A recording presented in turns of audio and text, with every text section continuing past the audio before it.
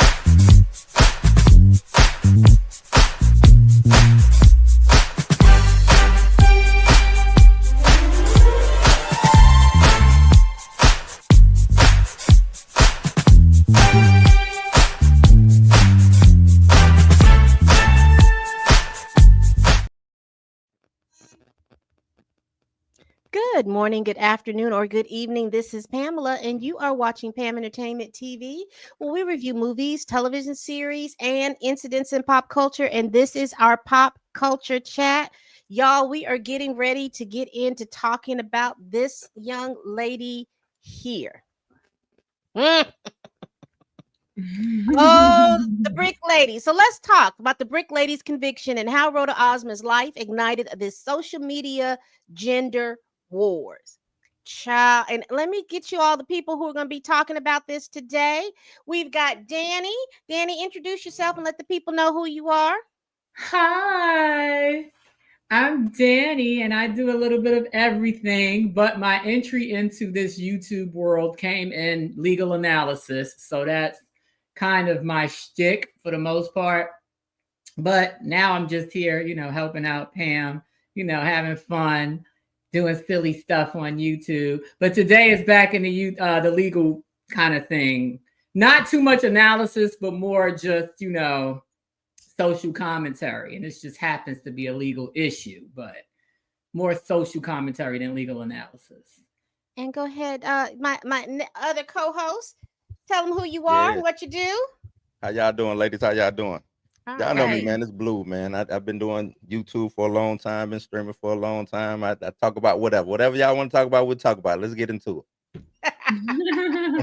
And we're definitely going to do that. We are getting ready to get into this lady right here, Rhoda Osman. Now, I'm going to give you all some background information about this topic, but before I do that, make sure you all hit that like button. We are streaming on multiple platforms, so make sure that whatever platform that you are watching this from, please make sure you'll hit that like button, you hit that heart button. And if you like the content, if you like this content, you like my content, you'll look above me. There's a QR code. Go ahead and hit that QR code and subscribe to my channel. Danny and Blue will put their information down in the chat, and go ahead and just subscribe to their channels as well. So let's talk about Rhoda Osman, and let's talk about who she is. Now, back in 2023, now, if you follow me or follow anything that I do over there on TikTok, you know over there is the cesspool of gender wars, any kind of wars, all kinds of stuff that's going on over there.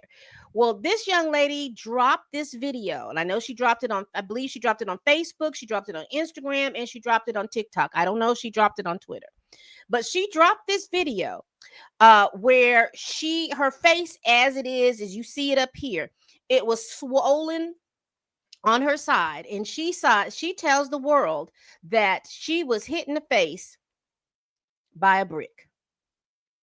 So let me get you to that page. Hold on, y'all.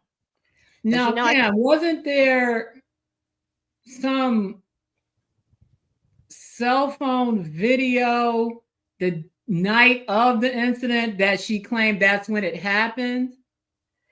I'm gonna play because I tried to go back as far as I could to find her initial video. I could just find videos of what she had, but my understanding, there was a cell phone video.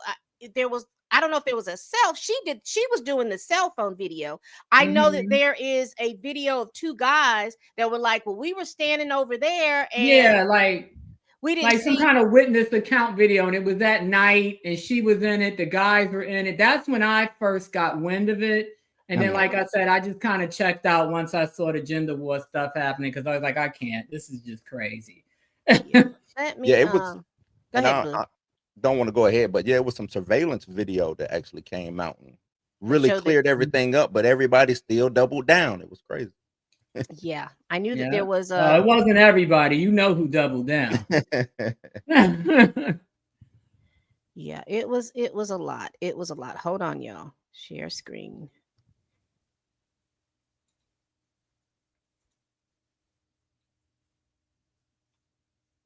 Here we go.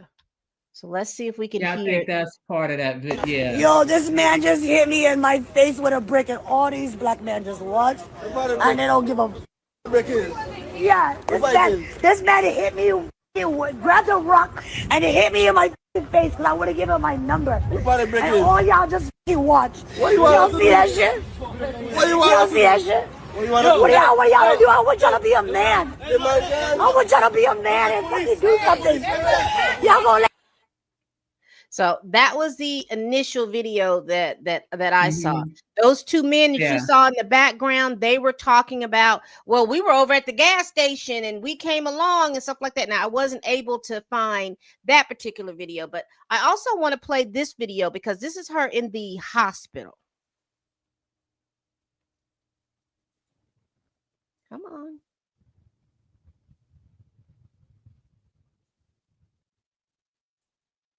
What is going on?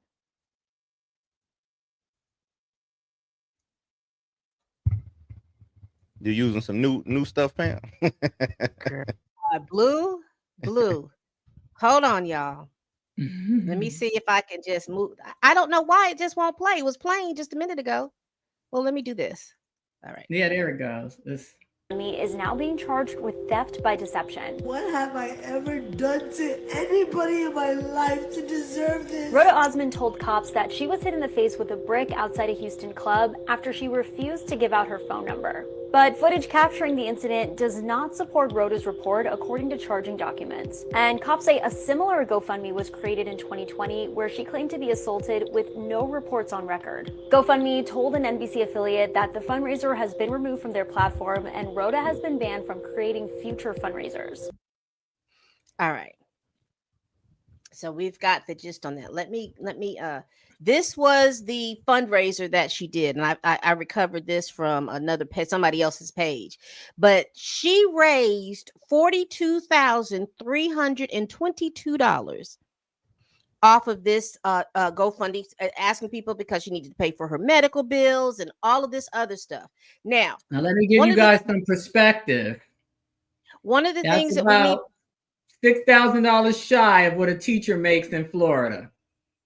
Yeah. She raised just on instigating a lie. Right. Had I known, no, I'm just kidding. Hello, on the pod. Yeah, we gonna talk about this. We are going to talk about this. So this is not the first time that she's done it. Now, she's moved to Houston, and this is where all of this took place. But previously, she lived in Minnesota.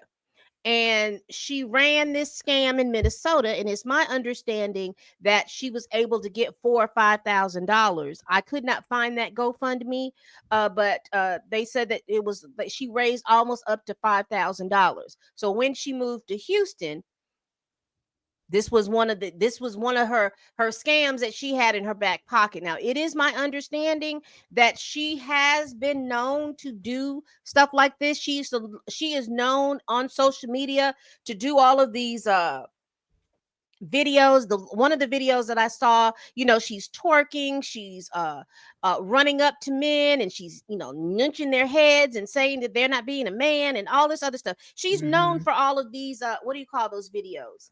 Prank. Like prank type. Like prank, like what do you call it? Because that's what I was seeing when this video. first happened. People were saying, no, she pranks a lot. She pranks a lot. But then I thought that the commentary just was not letting up on believing what she was doing. So then I'm like, I'm good. Let me bow to this and just wait for the other shoe to drop.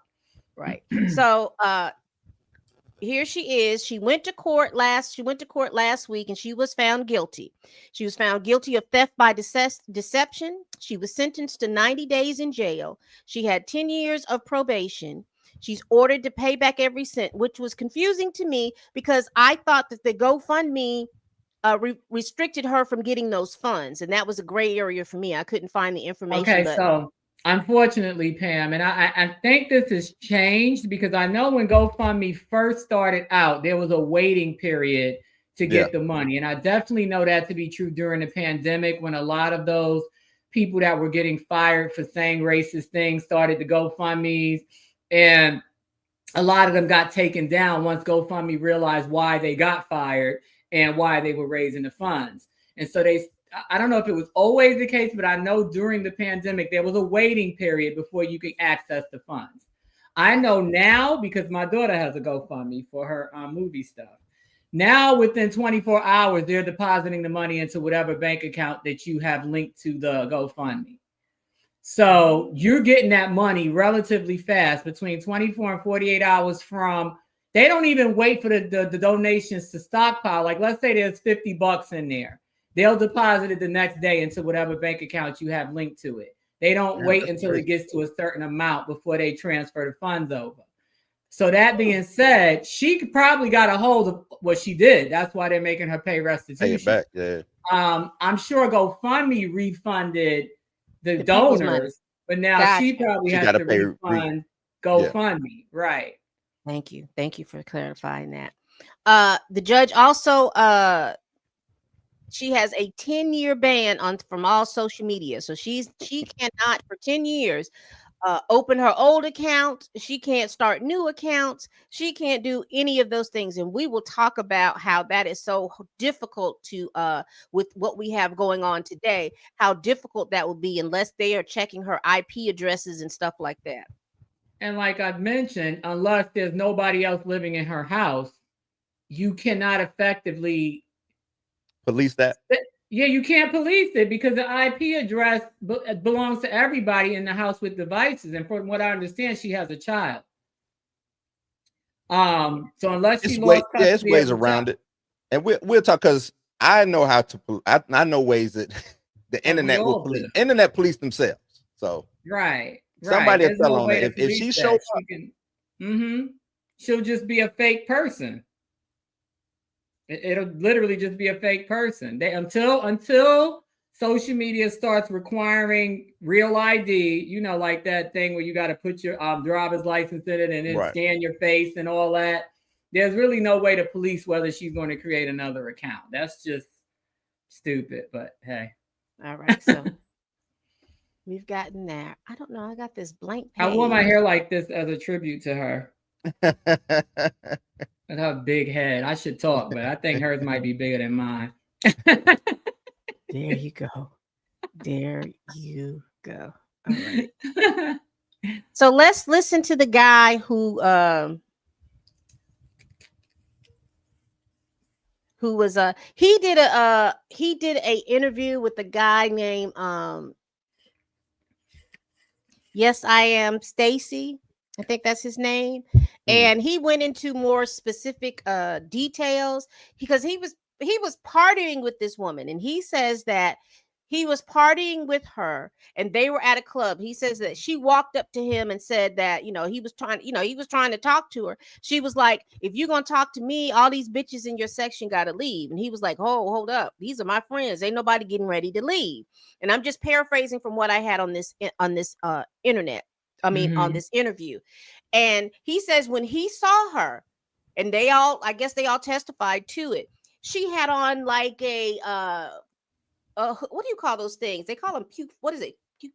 The little baklava type mask. Yeah. What you call it? Pew shiesty or whatever y'all call them. I don't know what y'all call them, young people. The pew shiesty.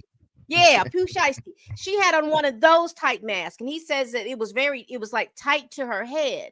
And it was like covering her little bun and all of this other stuff right here. And he says that they were partying. She never took her mask off, which in my opinion, I was like, why was you talking to somebody that walked in the club looking like that? But that's not my business. Right? The pandemic was over, wasn't it? And so, but because she has that body, she's got that big old booty, she's got that small waist, she got the thing. She comes over to the section and they said that she was acting odd, but she never took the mask off her face. They ended up talking about going to someplace, he says, and she gets into the car, and then he says again, she starts doing that little mushing of his head or something like that. And he was like, hold on, you know what? You got to stay here. I'm not getting ready to be bothered with that. They go over to wherever it is that they're getting ready to go. They said that from the spot that he left her at to the spot that she got to was like she walked maybe like 1.5 miles. She walked until she was surrounded by a whole bunch of folk. And then once she was surrounded by the whole bunch of folks, that's when she started screaming in that video that we saw. Oh, somebody got hit in the face with a black man. So we don't know if she went to the club already with this big old knot in her head. Knot on her head, yeah. Because when I looked at it at first, I was like, okay, that looks like the Cardi B knot that she got when she was hit with the shoe. Hit with the shoe. But then when you look at the Cardi B knot, you can see that little was scratches. A boot tag. Yeah, you can see little scratches around it where you could tell she was doing like this. But then when you look at hers, it honestly looked like she had pumped. It looked like she had pumped saline in her face. That was the first initial thing that I thought. I was like, did she pump something in her face, or did she intentionally hit herself in the face? It was some reports out that said that she had a procedure earlier that week or something like that with that. And that's why she had the mask on. That's when all this started. I remember reading all of that because that didn't make sense. Even if you get hit in the head with a brick, the swelling ain't the issue. You're going to have some type of raspberry or skin off. Yeah. I'd have been hit with a rock. And her brick, eye would have been like, shut too. You would think. Yeah, like that's not nothing that you just swell up. There was no bruising. There was no redness. There was nothing. Like it was just swollen. You know what I'm saying? Let's look at it again. Look at her face. You can look over here at this video right here. Look at her face. It was like really, and it was swole right up into here. But I was concerned. I was like, if he hit you like that doesn't look like somebody just injected something up in there, because I don't see any darkness in her skin. You understand what I'm saying? Ain't no bruising or nothing. Yeah. Because, some people bruises don't show up to a certain period of time, but just the way it is. Not if you get smacked, not if you swelling like that, Pam. I want to know whoever's hurling bricks like that, because that's some expert precision. What I'm saying is, where that spot is, her eyes should at least have bloodshot. You know how your eyes. No, I'm with you. Yeah, it's like blood. I was looking for something like that, and I'm not seeing that. So I'm gonna play this video again. I wonder, can I make it larger? I probably have to go to the side. Yo, this man just hit me in my face with a brick, and all these black men just what? And they don't give a yeah. This man hit me. He grabbed a rock and it hit me in my.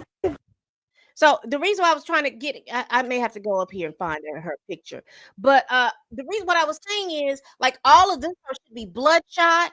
I would expect you hit me in the brick, and I would be crying, and I know my eye would be, but I would be scared like the temples in her face. You see what I'm saying? Let me see if I can find it. I mean, I would think if you got hit that hard, you would have got knocked out. Yeah, she would be at the least she'll be stumbling, disorientated. She wouldn't be online. Yeah. Because that swelling spot, like I said, that's the temple. If I hit you in the head with a brick right here, you getting laid. First off, you getting laid down. You're not getting up. It ain't no moving around. You getting laid down. So when you do get up and you get to senses, you not gonna be all rowdy. You're gonna be like, what the hell just happened? Does that say she's a doctoral student? What? Yeah. Is this part of her dissertation? I don't know, but look right here. If you all can see this, I'm not gonna make it any bigger. There's like it's like there's a bump here, and then there's like a dip, and then another bump there. But look where it's at. And it's right at the corner of her eye, so her eye should have been shut for sure. But it's at her temple. Or a busted blood vessel, something. It's at her temple. If anybody ever, if you've known anybody, or if you've ever been hit in your temple, you would have been, like Blue said, at the least you'd be a disorient, but at the most you would be knocked the hell out. Knocked out, yeah. Because you hit that temple, because that could kill you if you hit you right in the spot. So in this little area right here, like I said, we don't know where she got it. And the guy who said that, who she claims, now he did admit that he threw a bottle at her, or he said something about her because she kept hitting him and stuff like that. But even so, this right here just seems, it's too clean. Her skin it's just too clean. There's no scratch. There's no anything like that. That's the cleanest goose egg that I have seen in my life.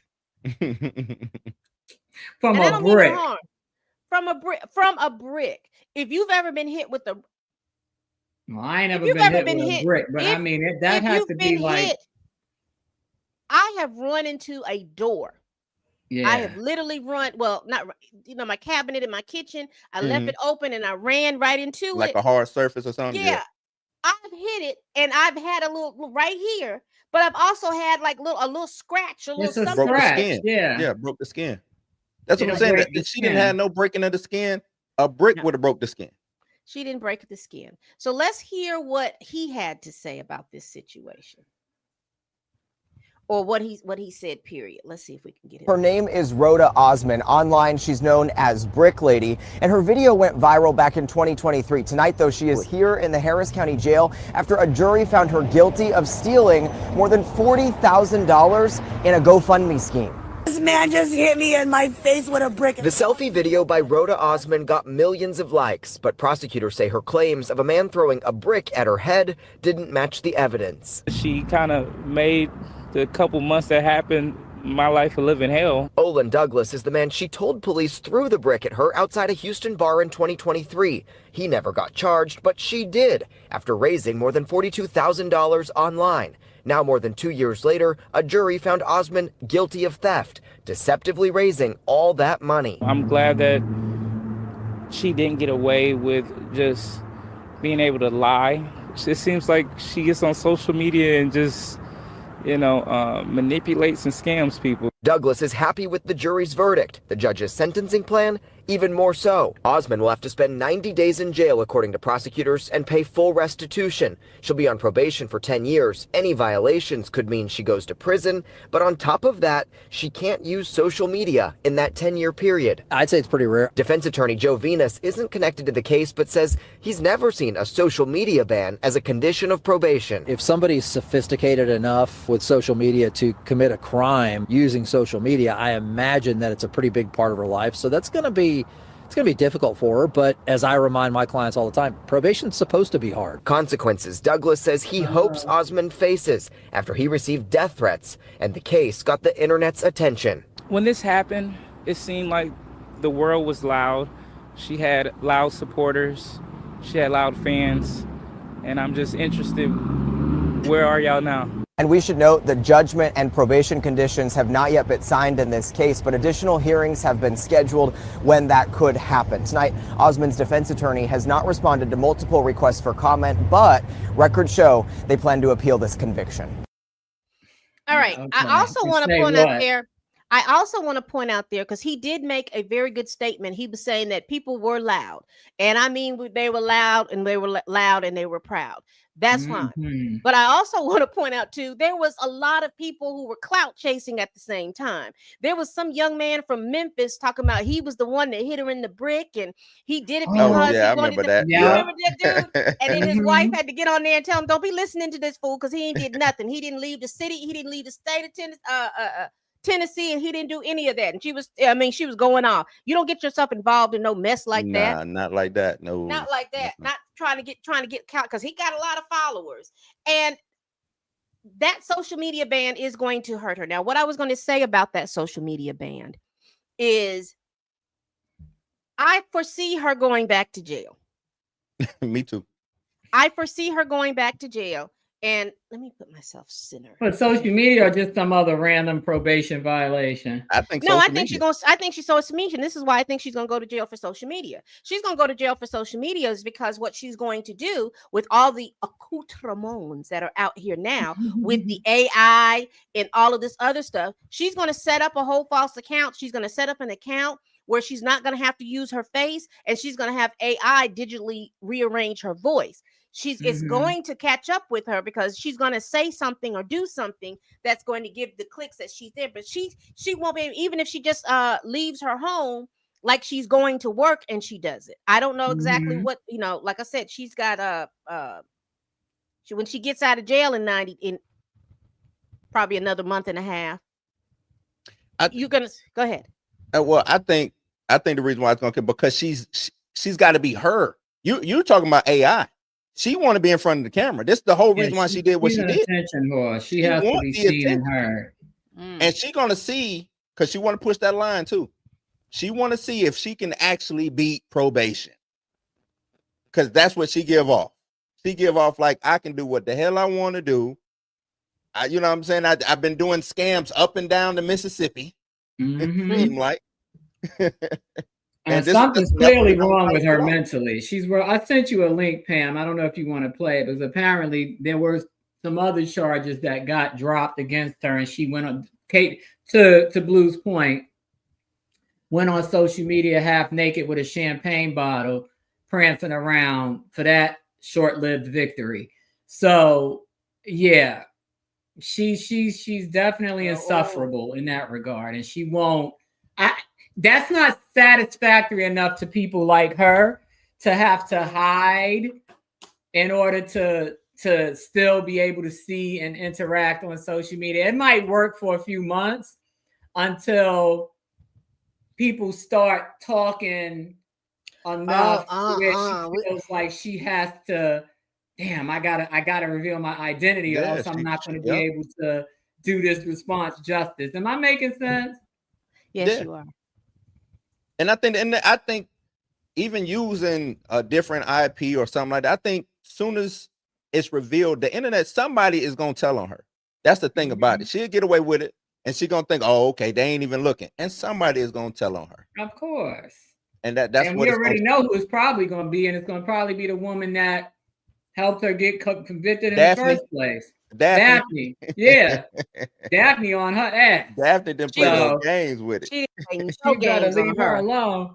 She better stop. Daphne don't play. I've been following her for a while. Yeah, Daphne went to the court and testified against her tail. All right, so let me show you what Danny sent me, and I will tell you right now. Can y'all hear me? Yeah, because I'm frozen, but I'm still here. I'm here. Still here. My daughter used to play the hell out that song. I don't know why she liked that song so much. But this is her celebrating. Damn, Rhoda. It's also known as to celebrate 2 charges being dismissed from her theft case. Don't know where she's at. Damn, Rhoda. Yep. I hope she enjoyed being out there. A nice body though. Too bad the brain and the head don't match. In New York, we call them a butterheads. Everything look good, but a head. Yeah. Yeah. And she so me of I wanted Nunn. A little bit. A little bit. Yeah.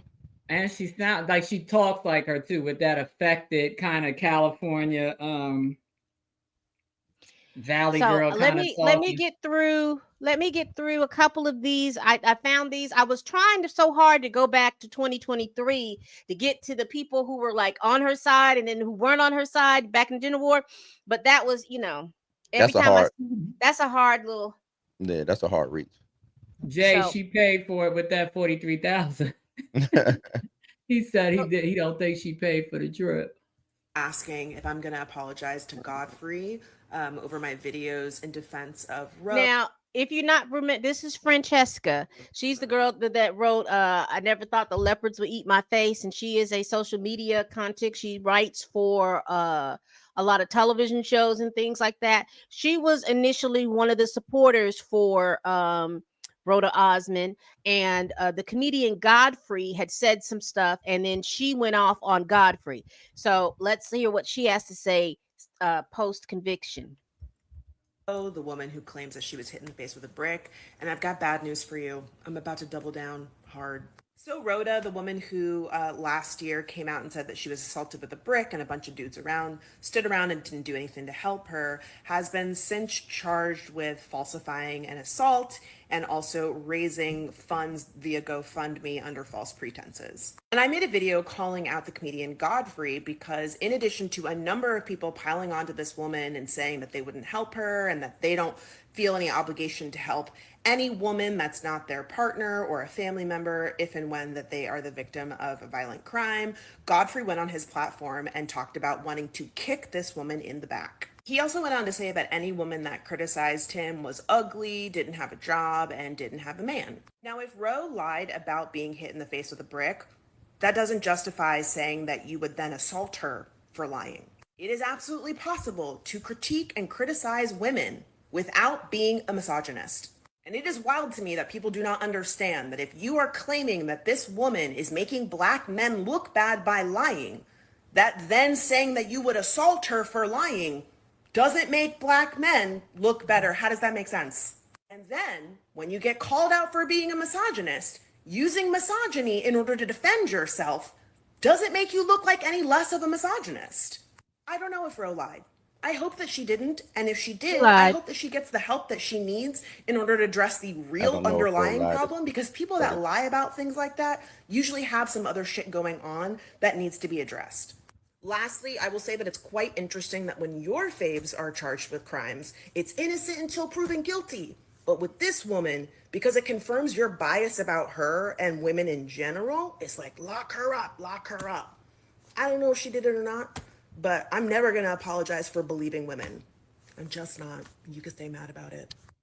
I wanted to put that on there because I know that she was very loud and proud about, we need to for women, and I'm not against that. However, I am about providing the evidence. But go ahead, Blue. Yeah, I'm not believing no damn body.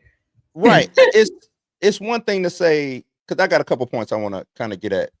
It's one thing to say about believing women until guilty. That's cool, right? But evidence was given like the week of. It wasn't like this lingered on for months. Evidence was given. You know what I'm saying? Like they came out and said, nah, it was this. That didn't happen. And if you are because we are coming off of the Joe Budden versus Angela Rye and all them situations. I don't know if y'all got into that. But if you are an intellectual here on YouTube, use your brain, people. Like, it's okay to say, hey, if 1 + 1, it should equal 2. You can make an inference. You don't have to say, oh, well, I think she did it and she should go to jail. You could say, hopefully she didn't do it, but the evidence seems like she did it. Right. Exactly. It's simple to say. Instead of just saying that and leaving it at that, you want to try to just to come up with reasons why she didn't do it, or now you want to throw, oh, y'all black men just think that we're coming at, and it's like, well, it seems that you are just coming at black men because black men didn't show up. Look, I hate it. I hate to say this. As a black man who has gotten in women's business before, it always ends up bad for the black man. I hate to say it. It does. So when you try to jump in front of the gun to protect somebody who's not your, you know what I'm saying? Blue, Like, you ain't even got to justify that because I'm not even letting my own husband do no dumb yeah, I nonsense just like don't. that. And she wouldn't either. That's what I'm getting at. Like, No, we're not all going to jail. I'm sorry. I will call the police. I right? will I call the say police. something. I will Hey, what alert. happened? Oh, damn. Let me hop. You know what I'm saying? You okay? Let me Yeah, call the ambulance. Let me do all this, that, and the third. we're not being But innocent bystanders. Sorry. no, I'm not finna get in. You know, now my wife is without a husband because I done got killed over Your you. And we don't even children know are without a father, and then find out the lady lied. you. Right? Come find out you lied. Like, no, why is that such a hard thing to accept when it comes to men protecting women? Yes, men should protect women, but also hate to say No, they shouldn't. They should No, we protect the should. women that they're they're responsible with. for. Right, that's what I'm saying. Men should protect the women that they with. And if you are a woman out here doing the things that she did, you got to understand it comes with that.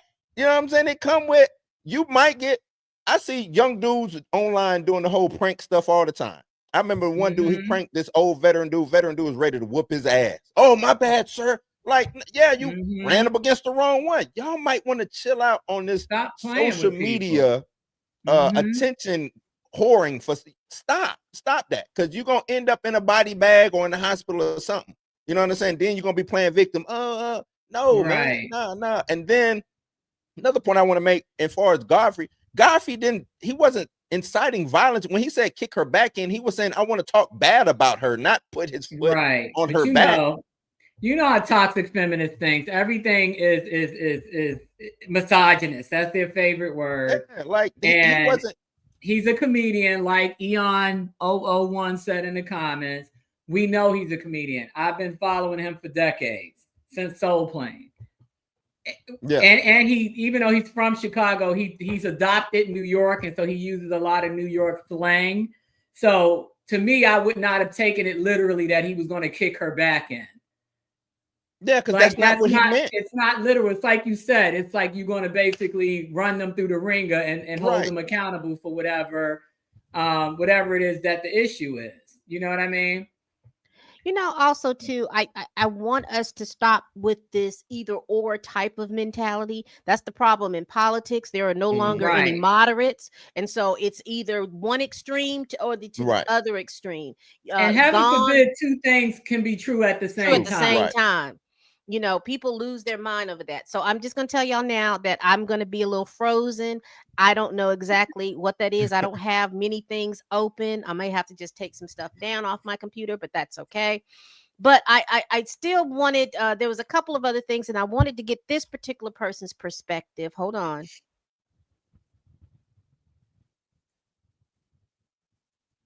I would say just put your avatar up, Pam. That way it's. Yeah. Well, then I would be out of sync with y'all showing y'all's faces.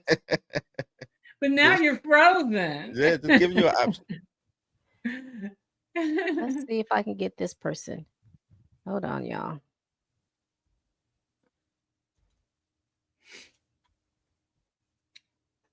This lady I wish you had the Conscious Lee. I'm trying to Hold find the on. Conscious Lee video where he doubled down on everything. Ready to learn? Damn. Why you looking at me so hard? I'm not. Trying to take me down, ain't you? Like, damn, shawty, you gonna make me come up out of this fucking flannel looking at me like that. No, I'm just looking at you because you the teacher. What you mean by one of your students trying to take you down? Okay, I got the wrong video, y'all. Sorry.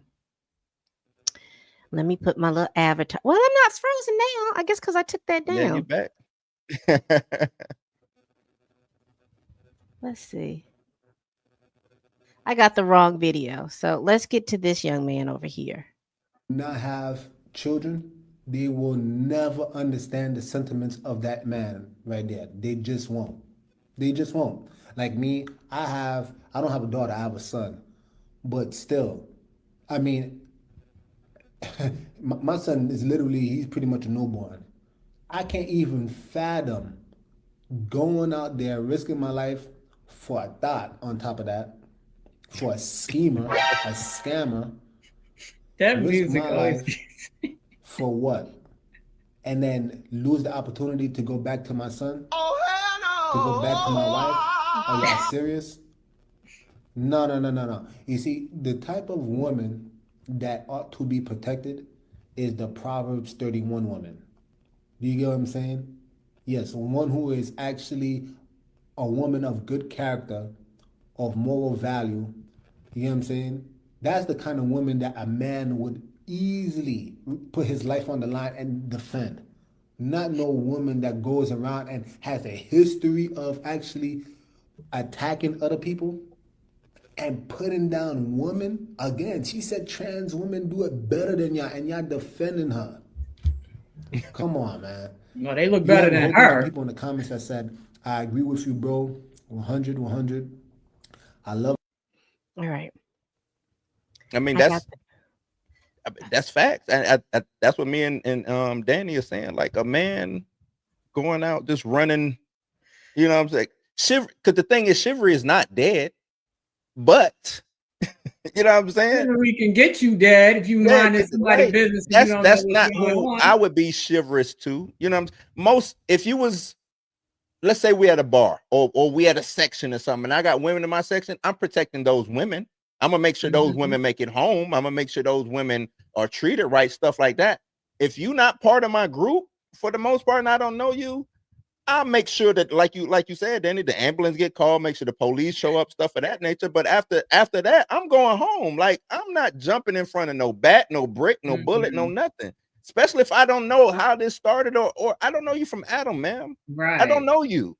You could be a serial killer. You could be the one who started the whole. And she was, you know what I'm from saying? what I understand, the CCTV video showed that she did start. Yeah, you around here smacking. They had video that whole. I don't know if it was that whole night, but they had video of her just running up the white dude, just smacking them. You know what I'm saying? Like, now what if one of them white dudes would have whooped? I'm talking about whooped your behind. Then you've been saying, or shot her. The racist white man, black. But no, you're going around here slapping white dudes. And you have a child at home. Why are you out here? You got a child at home. Now, I'm not telling her, oh, you can't ever go out. But I'm saying this type of behavior, and you know you have someone that you're responsible for, it does not mesh. It does not mesh at all. It doesn't mesh at all.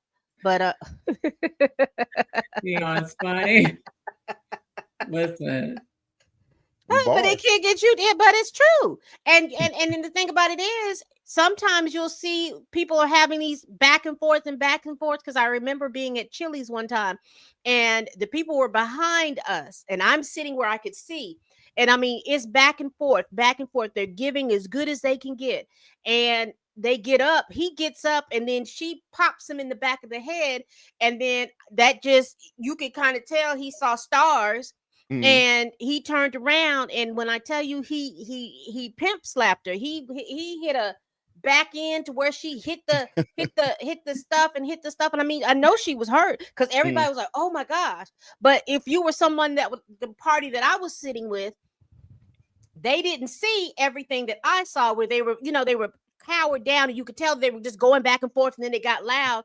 He gets up and she pops in the back of the head. He turns around. All everybody saw was him turning around and pimp slap. And everybody was like, oh, well, he shouldn't do that. And I was like, well, that's true, but they've been sitting over there. And then I was like, let me see, is the police coming? Because if ain't no police coming, I ain't gonna tell y'all what's going on. Because I don't know if she gonna turn around. Because I have seen men help women who were getting their face pushed between the washers and the dryers, and then they help them out, and then they get up talking about, don't hurt him. Right. Yeah. And now you going to jail for it. Right. For trying to help. And depending on the state you're in, a lot of them stopped allowing that, New York being one of them very recently, where you could just decide you don't want to press charges and the cops would leave. So if you're still in a state that allows that, so now you done jumped in, Blue. I said, nah, leave my man alone. So now you getting locked up for assaulting the dude that beat me up, and we going back home. Because I decided I don't want to press charges. And the cops said, okay, well, I'm out. So it's just kind of like, call the police. What we're saying, you don't have to jump in and be physical, but call the police on them. Yeah, let them know. Way out the door. Take a picture, take a video, show what what was going on, and give it to the police so they can see it and they can know. And that way that you can be of assistance. Because like I said, I don't advocate for anybody putting their bodies in the middle of anything. Now, if you feel like that's your calling, then jump in, boo. Right. But I don't advocate because I have seen people jump in and trying to keep the guy off you, and then you see your guy getting mollywopped. And quiet as kept and as loud as I'm about to say. Changes everything. My man got his ass beat. Because he was going to get his butt beat because he wasn't going to ever stand toe to toe. He was never going to do that with no man. He's going to do it with you because he know that he can dominate you and all this other stuff. But you see your man getting beat up, then you want to jump in and join in to keep your man from getting beat up when just 5 minutes ago. The whole big mess. And then it's a whole big mess. So all I would say is take a picture, take a video, call the police, let them know that you're calling the police. You could do something. Snitch. Look, you could pick up a brick and pop it in there. Just snitch. Just go and tell it. Go on and snitch. That's literally what you're doing. Just snitch. I'd rather snitch than get beat up or killed.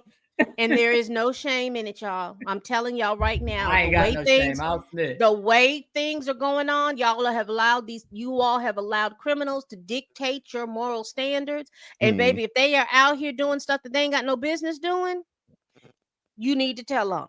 Yeah. I'm sorry. I am so sorry, because that's the only way that you're going to get them up and get them out of the community. Or unless, you do like the folks of old, wait till they go to sleep in their house and snatch them. But I ain't got nothing to do with that. But anyway, so I've given all the information that I have had in regards to all of this, Miss Rhoda. So I'm going to allow my panel to kind of give their perspectives about what is going on. About what they see in that, what happened back in the day. Because like I said, in the middle of the gender wars and the thing that had happened, it to me is like the gender wars were already happening. And then she takes this and she drops this bomb in it. Now, one of the things that I want to do, and I know a lot of people get upset and they get angry when I say this, because again, I don't care. But the thing that I peeped that pissed me off was the fact that you, as a Somali immigrant, you come in and then you decide to say that it was a Black man that did this to you. Ethnically, we are different. And you are sitting here doing something, you are committing a crime, and then you're throwing it out because of these stereotypical things that people have told you all before y'all have come over here, that Black people are this and Black people are that. And that is not the true essence of what it is to be a Black American. But because you know this, and you know that you will get traction behind it, you decide to blame a Black man, a Black woman, whatever. You decide to blame Black people for your lawlessness and your lawlessness and your moral. What's the word, people? You don't have it. You don't have any morals. There's a word for it. But anyway, immorality. No morality. Depravity. You're out here doing all of this immorality, this depravity, and then you want to think that you're doing it in the guise of being a Black woman. Black, a lot of, like I said, I know what y'all see with hip hop and people, girls, and popping and twerking and everything, but though that is not the total essence of what it means to be ethnically a Black American woman. But you're playing up on these stereotypes, and then you're not talking about your Somali, because I'm quite sure that when you want to be Somali, you're going to put all your Somali garb on, and then you're going to go over in your Somali community and act like nothing's going on, and they probably won't know what was going on either. Right. And I have an issue and problem with that portion of it. Now I'm good. I'll let Danny go first. Well, I mean, I pretty much said what I had to say about it. I agree. I think that, again, growing up in New York City, having a partially Caribbean background, the good thing is that partially Caribbean background fully assimilated into American culture. But I can tell you that, and I'm not just talking, I'm talking about all, unfortunately. Now, this is unfortunate. And again, I'm with Pam. I don't care if you get mad because I said what I said. But unfortunately, in the Black diaspora, especially in big cities like Chicago, Minneapolis, Boston, Philly, New York, where a lot of these immigrant groups tend to initially settle, there is in the 90s, we used to call it ethnocentrism, where it's this better than mindset. And I even encounter it here in Florida. A better than mindset. A lot of it stems from exactly what you say. Now, obviously, there was not social media in the early 2000s, 90s, 80s, but you still get those stereotypes, though, that mindset that American blacks are lazy. A lot of Caribbean people call American blacks Yankees, Yankee this, you Yankee that, you Yankee. You know, you're lazy. You don't, we ask, because, they'll tend to, have 10, 15 jobs. I mean, I got 5, work hard to achieve the American dream. But the thing is that it's less about trying to show us Americans who have been here longer up as it is about being able to be that family member that made it, right? So, and that's across the diaspora. So you'll get here, you'll look down on Americans, you'll have these mindsets about foundational Black Americans, meaning those who have no connection outside of the time that their ancestors got dropped off here to date. That would be probably the Blue of the world, the Pam of the world, where you can trace back your roots all the way until that day that boat docked in whatever state your family originated from. In my case, the majority was Virginia. I think most Black Americans is Virginia. Yeah, the majority, and still to this day, that's where a lot of them, are or buried or whatever. So that's what I mean and that's what most people mean when they say foundational Black Americans. When I say American, I'm talking about that have no other connections anywhere else in the world other than Africa and then here in America since 1619. So there's usually, and I don't know anything about her family, but I'm assuming that she's probably first generation because she still kind of has a bit of an accent when she's not doing her Natalie Nunn imitation.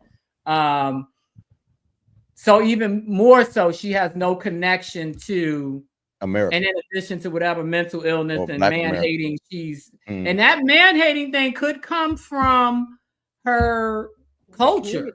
Yes, it could. Yeah, from her community, because I know that they fly heads left and right out there in Africa. And it's I think you're right. That could be exacerbated also too by the culture, the social media culture, what's going on. So she just fit right into that mold, and so yeah, because you'd have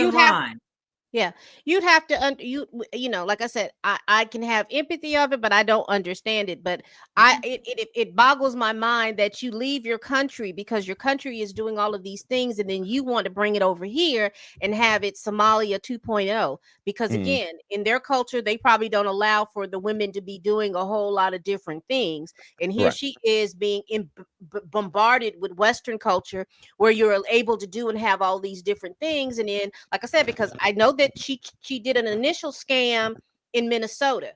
And I know that in Minnesota, there is a huge Somali population because there was a guy who was of Somali ancestry that was running for mayor, right? Mayor, governor.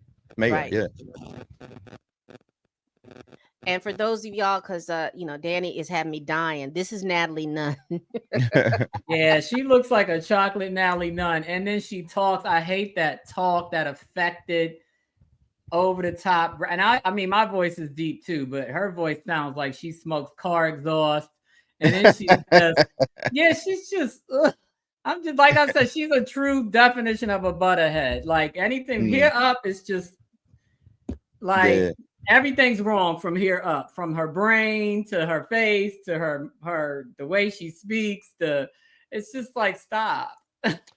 Yeah, and I think that's what really played a big role into the reason why she got online to do that. It's kind of like what you said, Pam, getting online and you coming from Somalia or you just coming from You can come from Jamaica, Africa, it don't matter. You come over and then you want to automatically just blame it on a black man based off of the stereotypes that you heard.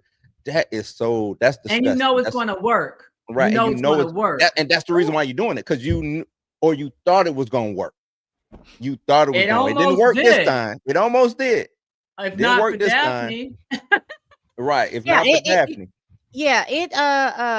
And shout out to her because of the fact that had she not stayed on her behind, you know, and made sure that everyone was aware of this woman's media imprint of what she was, social media imprint of what she was putting out there, and then people, you know, shout out to the social media sleuths that went through those pages, because if I knew how to do that, it would be hell for y'all. I'm just telling y'all, it'd be hell for y'all. But shout out to the social media sleuths that can get out here and they can pull stuff from years back and pull all this stuff out and figure out how to get to all of these little different things and stuff like that. Because again, and I don't want anybody to think that we are just dogging the immigrant community. However, we have to put it out there so that people can understand, as Black Americans, what we face when we do talk about that these are the things that are going on. Because if you go online now, people will say, oh, well, y'all should be worried about the 8.5 by 11 people. You should be worrying about the white man and stuff like that. We continue to worry about that. We are Black Americans. We have dealt with these people forever and amen. What I am saying to you is this is the behavior that you're presenting. It's like the best way that I can put it, it's like you are a relative that's abusing me. And the way that you're abusing me is the way that these white people are abusing people. And you're trying to tell me, don't worry about how I'm abusing you. We all need to be focused on how they're abusing me. No. I have to worry about how you're abusing me because you are closer to me. Right. Which is worse. Coming from inside the house on this side.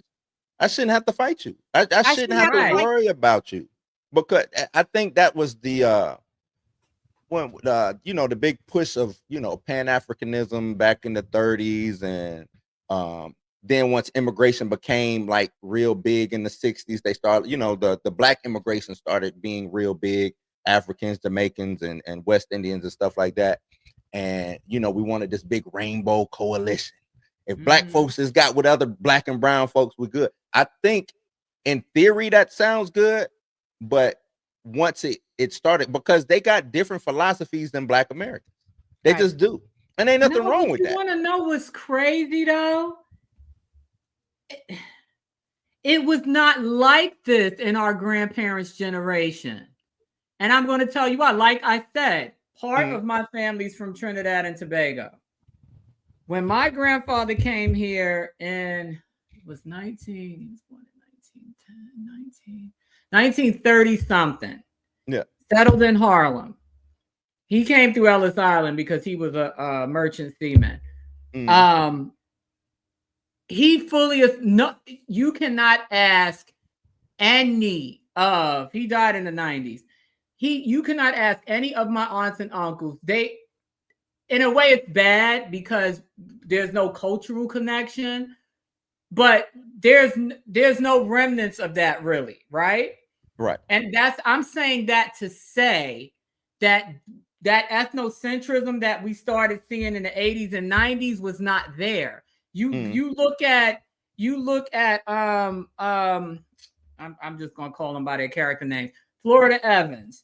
You got Sidney Poitier. You got damn, what's her name that just passed away? The one that played oh God, why can't I remember these people's names? Girl. Well, you got Harry Belafonte. You got it's a couple of them. You got Jack A. Harry. You got the one that played D on Amen, the big lady that played. All of them are first generation Americans, and you would never know it. I think because they wanted to be seen as, and they actually went out and advocated for Black Americans. What They did not differentiate me and Pam did a big deep dive on what they call this, Pam, the sixth state or whatever they call it. What they call Black Americans? We're the sixth region. Sixth region. So now there's a reason why they have that, because I need to kind of make y'all look bad. It's I hate to say it. Well, it's because they're competing for white favor. That's right. What I was going to and that's what I was about to say. It's almost like what Trump does. Hey, I'm gonna break your shit, and then I'm gonna talk about how it's broken, and then I'm gonna make you come to me to fix it, even though I'm the one who broke it. It's that's kind of the same situation that I feel that they are in, and it's like you don't have to compete with me. You know what I'm saying? They were taught that if you align yourself with whiteness, that's how you survive in America. That's how you survive. That's how you. That's and how then they get here, realize that that's not the case, and now you want to look at us after you done called us all kinds of lazy Yankees. You know, you've been here all this time and you don't got what I got. Mm-hmm. But the minute ICE is knocking at your door, you're looking for me to save you, right? After you done call me a cotter. You know what I'm saying? You done call me slave cotton picker or whatever, like and everything, and told me that you think that Jamaicans are better than Americans because y'all got freed from slavery sooner. Meanwhile, why are you not over there then? Because we stayed in slavery longer, so you could have somewhere to go and live comfortably. You know, go ahead. Even with all of that, I can't understand when you have that mindset coming from the Caribbeans, knowing that how we all got here was the same way. It's just that where the boat stopped. But you know, and when I hear it from Africans, and when I say that, I'm talking about 54 countries in the continent of Africa. You all come from the continent, so whatever country that you're coming from, from the interactions that I have had, and I'm only going to speak for me, it doesn't matter what country you've come from, you still have the same attitude and mindset. So if I tell you that, that is what I'm meaning. It's almost like, but go ahead. Not to cut you off, Pam, but that's the reason why I do think that there, you know what I'm saying, the people who are trying to make that distinction between a ADOS or FBA or whatever, that needs to be had, because you're coming over from another country with a different mindset, a different culture, and then you're coming over and you are benefiting from, like you said, from 1619 all the way up to the labor, the backbreaking, the pain, the blood, sweat, and tears that we've done, and then you are shitting on it. You know what I'm saying? So it's like telling us we don't deserve reparations, and they're putting, instead of putting somebody like me whose family lineage has been in America since 1619, the people who are writing these bills and stuff, I guarantee you their lineages of Jamaican or African or something else outside of Black America. Absolutely. So that's why there hasn't been reparations, because over there in California, they voted no. Why they vote no? Oh, come to find out, that dude is of African descent. He don't believe in reparations. What y'all need reparations for? I came over here and did good. Y'all don't need reparations. You see what I'm saying? Like, when you have those people making the laws, it make us and vote Black, and it's like, well, nah, I gotta do a little digging. Hold on. No, we gotta do a little digging, because all skin folk is not kin folk. Hold on. But I was going to say this, and this is the thing that I have discovered, and this is the way I look at it. They come over here, and I don't know why they think, I do think that a lot of them come over here and absolutely think that we are still slaves. And they know it's not the truth, because globally, when you look at Black folks, melanated people, it's always Black American people that are showcased.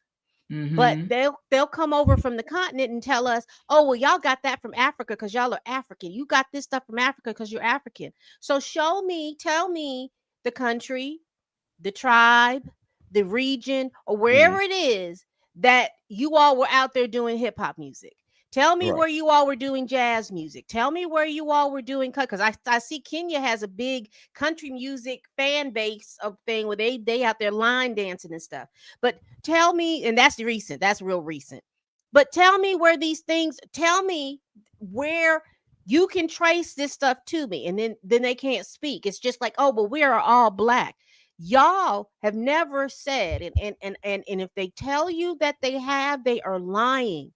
They have, because just now think about it, Blue, and I know that you probably look at it more so than I do, but have you ever noticed that when the pride that they have for their countries, they used to put these little flags in their bio. They used to put out this all happened, and up to January. All right, I still got mine in there. Okay, well, get your flag up. but I'm FBA. No, but I'm FBA because my parents, they were here from right. No, I'm just saying, ain't nothing wrong with it. Keep your flag up. But they had their flags up, but they were talking to us greasy with their flags up. But as soon as ICE was coming through the door, then it's like, we all black. We all black. Oh, y'all ain't gonna say nothing. It's like, no, you got a flag, you got a home to go home to. Like, go ahead, go back home. But that's the thing. You don't want to be there, but it's better. Like I said, sense. That would be if I went to Nigeria and was trying to push my Southern Black American culture on Nigeria. I'm pretty sure they be like, man, if you don't sit your ass down, you can go back to America. Right. Take your ass back to America with that shit. They wouldn't do that. Blue. We wouldn't even make it at that point, because even certain little thing, because and then when I say, because I know people that have gone over to places like Ghana, and there's another country, I can't think of it off the top of my head, but it's around in that little area up there. Yeah.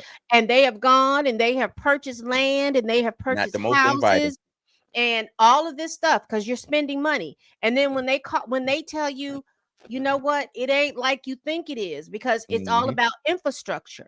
And the infrastructure, because a lot of people go and they buy land and they want to retire and do stuff like that. It is more expensive because everything has to be paid for. Even if you want the police to assist you, they will steal from you. You get the police. Well, if you give us $100, we'll investigate your case. Right. Because you're a Black American. My aunt, my mom's sister, they're fully 100% American. Virginia, that's their only origin story other than off the boat. Right. And my aunt, the same year I was born, married a Ghanaian man. So they've been married the whole time. And they did that about 10 years ago. He bought land, bought a home, and like he basically lives there full time now. And she goes a few times a year for a few months here and there. And you're right. The internet, the water, everything. It's and he's from there, and he's actually from the royal family of that region. And still, what you say happens. They'll pull you over, run your pockets just to get past a certain highway. It's just craziness. It's they were talking about, this is the thing that really jolted me. They have to prepay for their electricity. And if they use up the thing, their electricity will cut off. And the same with the water and stuff like that. They have to have water tanks because and you don't even know if you're getting your right amount. Yeah. I mean, we don't hear either, but at least it don't cut off unless you don't pay the bill. And that's important because you have to factor all of that in. And then when you factor your land and stuff, when you start factoring in about your land and stuff, you have to now worry about your safety. Now, I do know we worry about the police, but you let the folks that come from the continent tell you, oh, you're safe. You can come and you can do this. But I got to pay the police to investigate my crime. Yeah. And the quality of the investigation is based on how much you pay. Right. Yeah. I had a discussion about that. It was a female friend of mine. She was like, oh, no, I love to move to Africa. At least then I'll be around my people. And I was like, those ain't I hate to say it. Those ain't your people. It's like you're gonna be an outsider and they're gonna treat you as such. Don't think you're gonna go over there and it's just gonna be all it's just a whole bunch of black folks. I said, yeah, now it's black folks. We talk about black on black crime here in America. Now it's really black on black crime. You know what I'm saying? Now, because everybody over there is black. They love you when you're a tourist.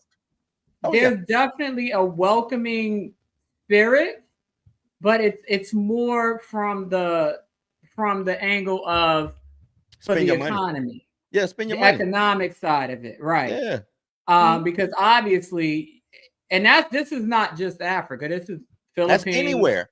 Any that's country. anywhere. You can go to Philippines and get a full body massage for $5. Right. So when you look at it from that context, you can go get the same braids we get put in our hair and spend $300 here. You can get it done for $15, $20 over there. Right. So our money goes further, and so that's what the current come to Ghana, come to Nigeria. They want your money. To, that's what me and Pam talking about. The sixth about. Region. They want your money. They don't because necessarily they need researched you. us really well in that regard. We can mess up some money. And if you can go over there and live like a king, the way you pretend that you're living on IG here in America, they know you're gonna come over there and spend some ones. I got a friend of mine who's over there. I got a friend of mine over there. He bought all of this land. He's building like this big giant. He said they make sure that he can't get the labor done and all that. Like they taxing him on different type of system. When I say tax, I don't mean like you gotta pay taxes, meaning like they're they're destroying it to hey man, if you want this, yada yada yada, you gotta pay this. He'll come back to the state because he still got businesses in the States. He'll come back to the States, go back, they'll be done vandalized his house. I was like, yeah, I wouldn't want nothing like that. Like, no. You know what I'm saying? I might as well do that here. And that's the thing too. To be clear to everybody's watching, because this is not for me anyway. This is not intended to be divisive or no. I'm not trying to. I'm just stating facts. In context, I'm positive everything that we're speaking of happens to us here in America. I mean, I always complain about the water, the electricity, the fact that you only get one choice depending on where you live, and whatever they say the bill is, that's what it is. Yeah, but I might get an insurance payout here. Huh? I might get an insurance payout here. Hey, that's what I was about to say. we are getting robbed. We're completely getting robbed, especially by electricity companies and other utilities where we don't get a choice in who we use. Most cities and towns, you get one electric provider, one water provider, one gas provider. You might be able to choose your gas provider. I know in Atlanta area you can, but electric and water, it's whatever your county, that's exactly it. So whatever they say that you owe, you owe. You can tell them to come check the meter. They'll claim they check the meter and they'll still say you owe it. So it's pretty much the same. We're all getting had and taken advantage of. It's just not as blatant and obvious there. It's more insidious here. There's a lot of corruption here. But like Blue said, we have the illusion of safeguards in place that make it less likely that it will be as brazen and as frequent and as dangerous as it would be in a so-called third world country where there's no, you have but he in Nigeria, he's in Lagos. Lagos ain't a third world country.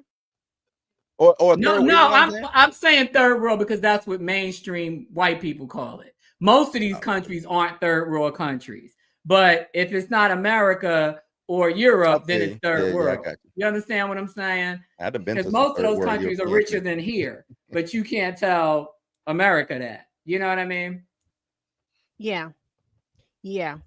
But like I said, I just think that I wanted to bring that up because I have just noticed that in a lot of things I have to start, when I start seeing they talk about, well, this black man has done this, I'm having to question, where is this person from? Where what are his roots? Because don't say that he's a black American when he might be a Nigerian, because they're very proud when they're doing good and telling you they're doing better than you because they're doctors and they're lawyers, as if we come from families that don't have doctors and lawyers and all this other stuff. Because again, America puts out about black people that all black people come from the hood. My folks ain't never lived in the hood. They was country. I did, so. all mine came from the hood of the South, the hood of Trinidad, and the hood of New York. You Me know, included. but I'm just saying that is the perception that they have, and they have Right. this certain perception of how people are, and people are shocked when they see that. Oh, you're not. Wait a minute, what's going on? How did you? Yeah, they do Down this. the street from where my parents are, there is a Nigerian family, and I Mhm. guess they thought that they were the only Affluent. black folk Okay, down yeah. over Now there I in that do thing. get that. Mhm. And you know, my folks been there since 1988, so I know that they broke ground when the neighborhood was just a horse pasture. So Right. they broke ground with a whole bunch of people around there, and I remember them coming around the corner, and I was standing outside or something with my brother, and they were coming around the corner, and they did one of these numbers, like, oh my goodness, because down the street I saw them because I was coming to my parents' home. Mhm. And they had stopped, and you could, because I had my window down, and I heard them, you know, talking. They was and we're standing outside near the road, and they walked by, and we were like, hey, and they Oh gave us one my, of there's those. more of us? Because yeah, that's another mindset too, that they want to be the only of, because I get that a lot even where I live, because now the prices are so inflated that whenever you get new people move in, they're looking at you like how you got here. I didn't overpay for my house, boo-boo. You Number did. one. Yeah, That's because when I number got here, one. it wasn't that expensive. But thank That's you, because now my equity doubled and damn near tripled. But the point is, I totally get that. I get that now that I'm not in the hood, but because I see it, and me and my husband talk about it all the time. I'm like, it's just crazy how they always size, and it's not just us, it's everybody. They'll size you up like, how'd you get in here? Like, and the pace. It was so funny, the pace that they started walking, as if we're gonna jump from a corner lot and jump on you because you're walking by.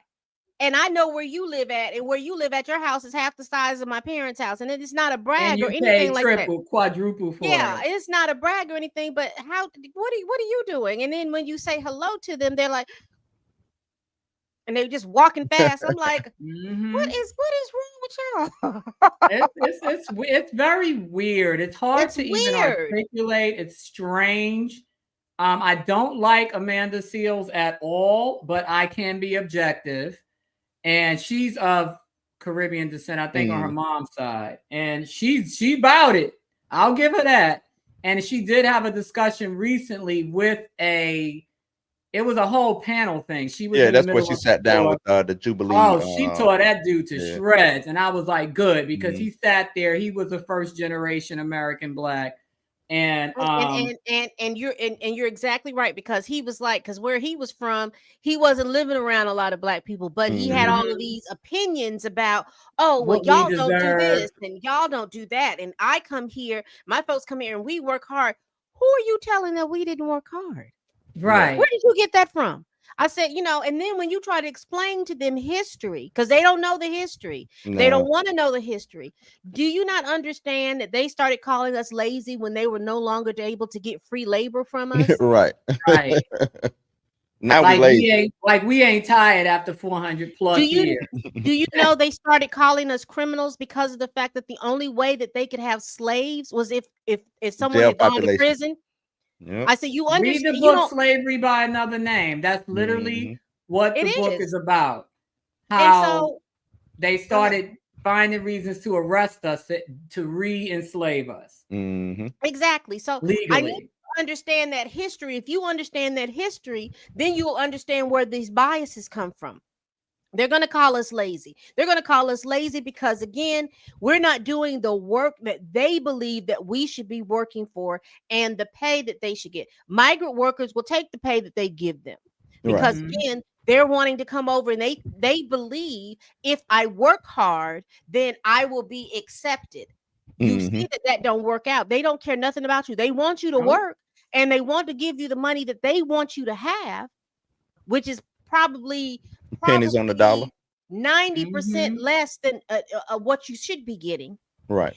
And so they're pissed off of that. So they're thinking in their heads, and I need for you all to understand that you Black folks that come from another country, they move the migrants out of here.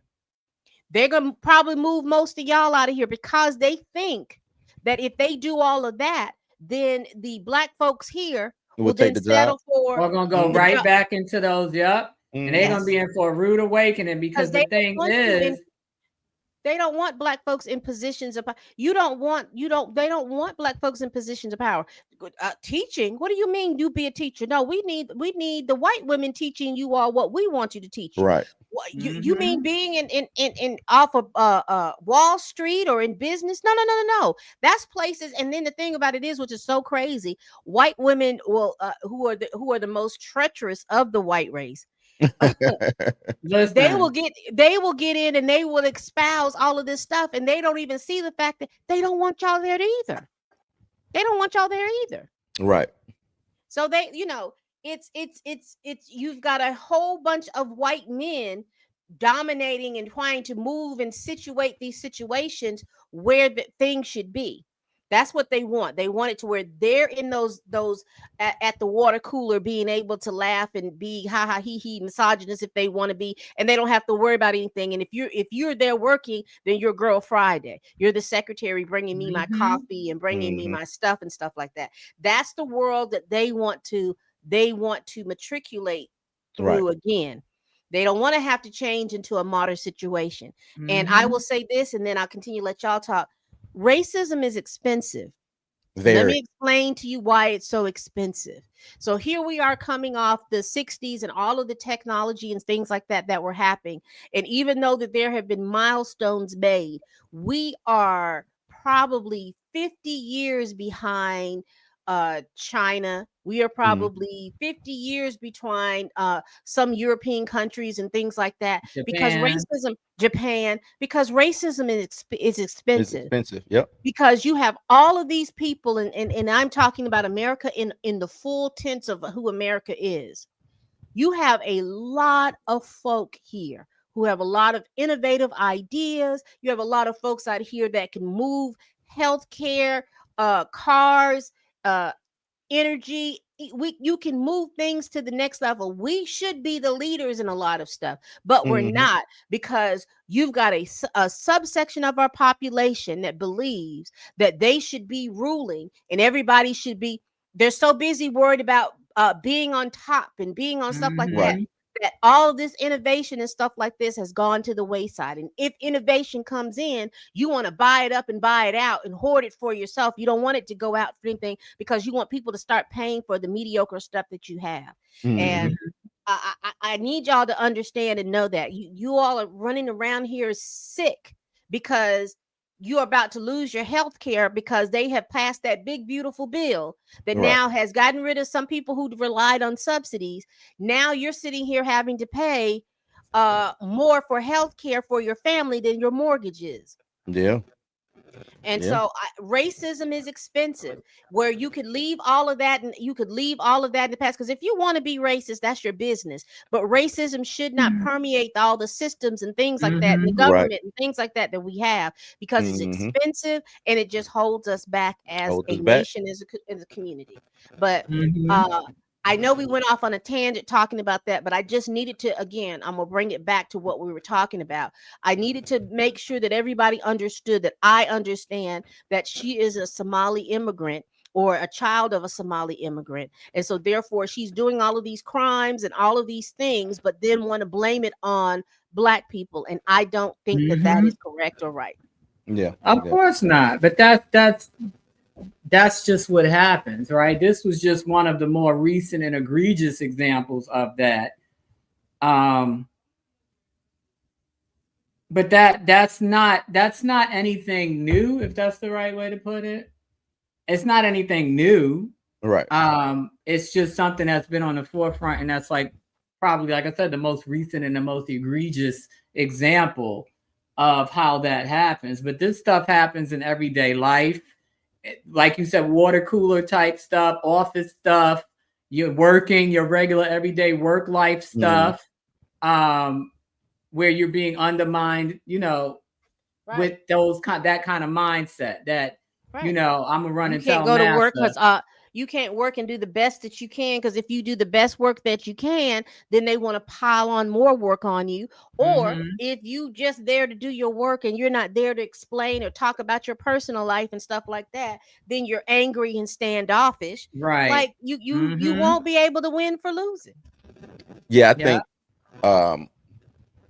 also when it, like, going back to her, just trying to stick to what she did, and piggybacking off of the man versus, the black man versus black woman situation that was going on around that time. And for her to double down, for so many people to double down, even a lot of black men. I saw Umar double down. Like I said, I talked about Conscious Lee. He just put out a video. He moving the goalpost. Oh, Texas is real hard on. Why did they? It's like, no, just admit you was wrong about. You know what I'm saying? My thing is, just admit you was wrong about her. You know what I mean? Just admit you was wrong about her. Right. So there's no need to double down and try to make it seem like, oh, well, she got the treatment was unfair. She was wrong. Ain't no unfair treatment. She was wrong. No unfair treatment. She lied. She lied, and she was going to continue to lie. Right. She lied to the tune of $43,000. Right. And not She just lied. that, it helped, like I said, it helped a divide. It helped further the divide between black men and black women. She was part of that. So if they did like a wrap up of black men and black women, like if it was like a wrap up, her story would be in there. If there was a book on that, it would be a chapter on her. You know what I'm saying? That's not a good thing to. I'm not doubling down on her. She was wrong. She was wrong. And like you said, the evidence came out like in the first week. Right. So it's just like, how did it get this far gone? It's like y'all just want so bad for some black man to go down. And that's what is bad about it. That when men do say, because a lot of that, it wasn't that a black man was trying to not believe a black woman, but it was like, nah, this just don't sound right. Like, I don't know too many black men who just get down. And that's another thing. I don't know too many black men who just get down like that. Or you know what I'm saying? Just on black women that way. I know they push that narrative. Right. Right. I don't know black, you know what I'm saying? So the black men who are to my left and to my right, we don't get down like that. So I'm not finna be like, oh yeah, he probably did that shit, or that shit probably happened, because that's not regular. It's not regular. It's just not. And definitely not unprovoked. Not unprovoked. Right. And like I said, that's not justifying it, but nobody's going to just unprovoked bust you on the side of the face with a brick. But well, it was because allegedly she didn't want to give up her number. So he bust her in the head with a brick. Right. Say what now? Like, that don't even make sense. Maybe you get cussed out. Like, I seen that happen. Well, going on, fuck you then, y'all. I see that. But a brick, say stupid stuff and start calling names and because I was fly until I said no. Now all of a sudden my head is big. I'm cockeyed. I got knock-kneed. I've seen that. That happens a lot in New York. But definitely not nobody physically assaulting someone because they didn't want to talk to them. That's just, and to that extent where you could possibly kill them. And I just want us as a whole, black men, black women, just, hey, we need to start taking the time to actually assess these things. We don't even need to, don't come out and say nothing until we get a better, bigger picture of what's going on, because it seems like the more we do that, the more we end up with egg on our face. You know what I'm saying? The more we do that, soon we come to a conclusion the day of, we end up with egg on our face. Just stop, let this stuff play out. If they go into court, let's see what happens in court. Let's see what evidence come up, because it's just crazy. Let me share this with you all. This is her. Why'd she go to court looking like that? That's a jumps. That's her jumpsuit. No, I mean her head. Like, why is her hair not combed? Like, what's going on? She was in the jailhouse. they have scrunchies in the jail. No, no, she might strangle herself with the hairband. There she is. But I wanted to read what Daphne, shout out to Daphne. She says, I know some of y'all are tired of me posting, but understand this. Roda Osman divided the black community. For 2 years, men were attacked, doxxed, and slandered because of her lies. She threatened her, Daphne, talked about me, and sent her flowers to shut my pages down. sent her followers to shut my pages down. This was my longest case, and I'm proud to say I testified. All that voodoo manipulation and fear tactics could not stop the truth. She was found guilty. She was the one crying Tasha K tears, not Tasha K tears. Tasha K tears, yeah. So I also wanted to share this too, because I got so much stuff. This is where they showed that she had done a GoFundMe back in 2020. It says here, Mrs. Sutton provided me with another GoFundMe account created by or for the defendant Osman in 2020 with the same narrative of a, quote, black man hitting her. Ms. Sutton advised that she was making TikToks about the incident, and some of defendant Osman's friends reached out to her to provide a statement. Ms. Sutton gave me the phone numbers of Rachel and stated that she is the ex-roommate of the defendant Osman. Ms. Sutton stated Rachel wanted to speak with me. Ms. Sutton stated that Rachel lived in Minneapolis, where the first GoFundMe was created. And it said here that she needed an estimated of $5,000. That's where I got it from. But I think she collected less than $5,000 from it. So this is the same thing. And here's that statement right up here. Black man hitting her. Right. And that is why I wanted to make sure that I talk to, I like to talk to my audience real. I'm letting you know it's not a hate thing. It's just that we are seeing that people are coming over scamming and using these stereotypes of black men always beating, black men always doing all these types of things to people. And then it's not the truth. And so what if there was no video evidence? Or Daphne. What if black men got to be protected, y'all? We got to protect black men. We got to protect Daphne at all costs. You know, I'll protect a black man that's worth protecting. and the reason I'm created equally, but right, the reason I'm saying that, I'm saying it jokingly a little bit, but there is truth to that, because she wouldn't have done that with a white man, because if she would have said a white man did that, it would have been a full-blown investigation, and she would have been, you know what I'm saying, a week of, she would have been arrested for lying or whatever. The and she would have did more than 90 days. 90 that's days. I'm sure. So she knows who to go after. That's the disgusting part about it. She knew who to plant the lie on, so she can get away with it. Hey, I did it on a smaller scale up in Minneapolis. Let me come down to Texas and do it big. That's crazy. Because in the South, black folks aren't really revered in the South like Publicly that. apologize. So and a lot are scared because they got papers. Those Tasha K.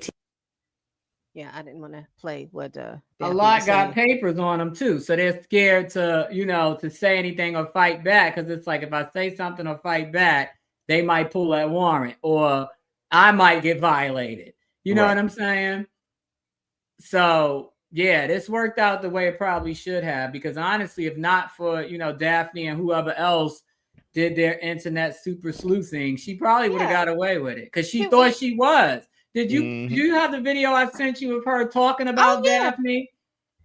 Let me get to it, girl. Let me This go back. is the voiceover of that video, but there's an actual video of her standing in her kitchen or wherever talking about Daphne and basically saying that she's not going to get in trouble and nothing's going to happen to her. And then this is the voiceover showing that she was wrong, that she did get caught and something did happen. Them receipts, they get you every time. Every time. I think this is it. Come on, YouTube. What's going on? And then her voice did some demonic Reagan from The Exorcist thing, because first she sounded like Blue and then she started sounding like Natalie Nunn. And I'm like, how did her voice change like that? Natalie Nunn. So deep at the beginning, I had to play it like 3 times to make sure I was listening to the right video. I don't know why it's not coming up. Let me see. Hold on. If I text it to you, it comes up on your Oh, it says the video has been removed by the uploader. That one where she was talking with that weird deep voice. Must be. Hold on. Let me go back up. That's Black Panther. Hold on. Yes, this might be it. Hold on. This might be it. Hold on. No, this is. I'm trying to see when I sent it. Hold on. Yeah, it was so weird. I'm like, what the heck? Is this it? Hold on. Hold on. Is this it? Hold on. No, that's Publicly apologize. Because if you don't, I swear to God, those Tasha K tears, we're going to put them on t-shirts and make even more money off of you. Well, you can play this one from the beginning because this is the voice. Fuck around and find out. Daphne, This is I already got you in a chokehold. Say sorry. Publicly apologize. Because if you don't, I swear to God, those Tasha K tears, we're going to put them on t-shirts and make even more money off of you. That's crazy for her to even say that. But then there's a video that goes with that voiceover, and in the beginning of the video, her voice was wild deep, and I was just like, "Ooh, what the hell?" Just knowing you in the wrong like that. Yeah. So I wish I could find the video so you could see it in context. See how she was looking and talking when she made that particular post. Wow. Wow, just real wild. And I'm just like, wow, okay. And you know one thing I didn't like, Pam, that the one girl you played with the short hair who was Francesca. Yeah, I didn't trying to say that something is mentally and some could be mentally ill with her, but I don't want to give her that. She was just wrong. Like, you know what I'm saying? Like, she just did a bad thing. She's morally wrong. Why we can't just let that is because, you know, again, when, you know, like I said, there's no longer any moderates. Everything is either to the extreme left or everything is to the extreme right. There's no moderates. That is because you want to double down on your talking points. Right. And if your talking points have been debunked, then you go to mental illness. Yeah, it's like, and the thing is that but we have these discussions a lot.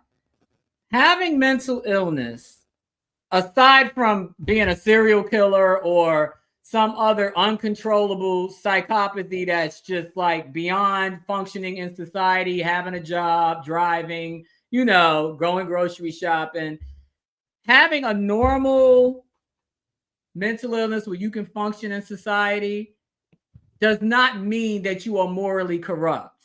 Right. Correct. And that's where people tend to cross the line. You can be bipolar, you can be schizophrenic, you can be even a borderline personality and still not do something like that. There are plenty of people walking around with all these diagnoses, medicated or not, that do not commit crimes. Right. That do not deliberately seek out hurting people. Right. For fun.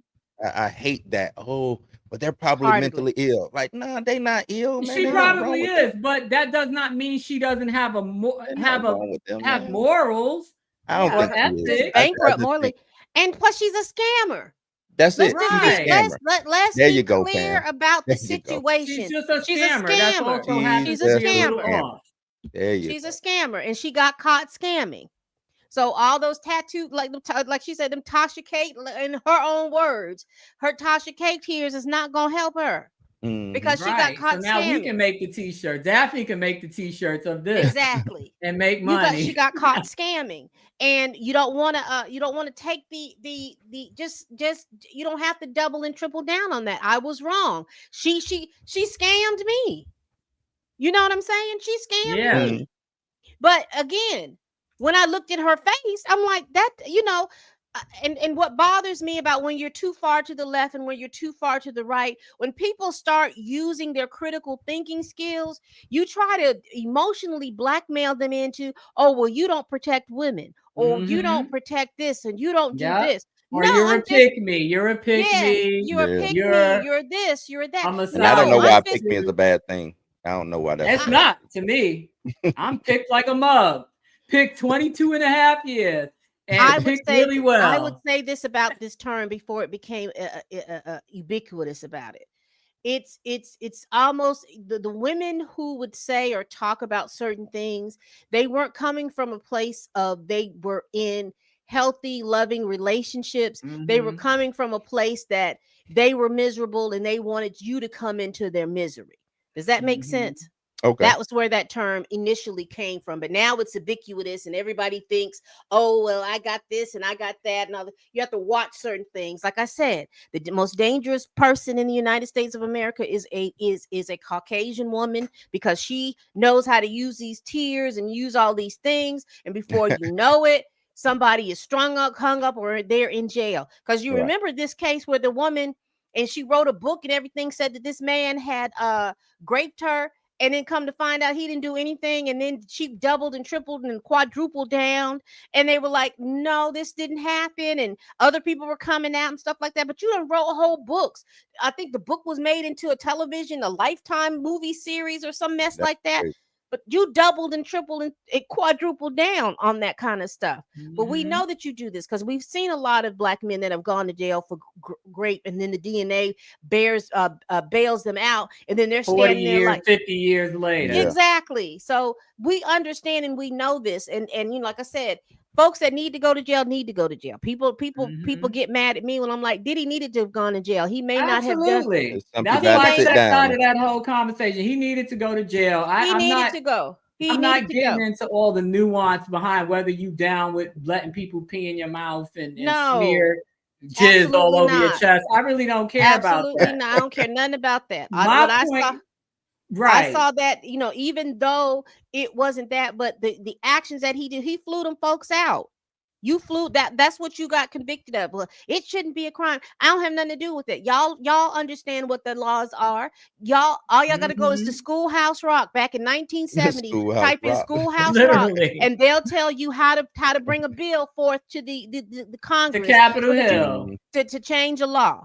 And I'm being, wait a minute, let me make sure you see my face when I say they this. even sang the song about no kings exactly. that everybody's talking all about. All you got to do is go to Schoolhouse Rock, and they will show you how I'm just a bill. It's called I'm Just a Bill. I'm Just a Bill.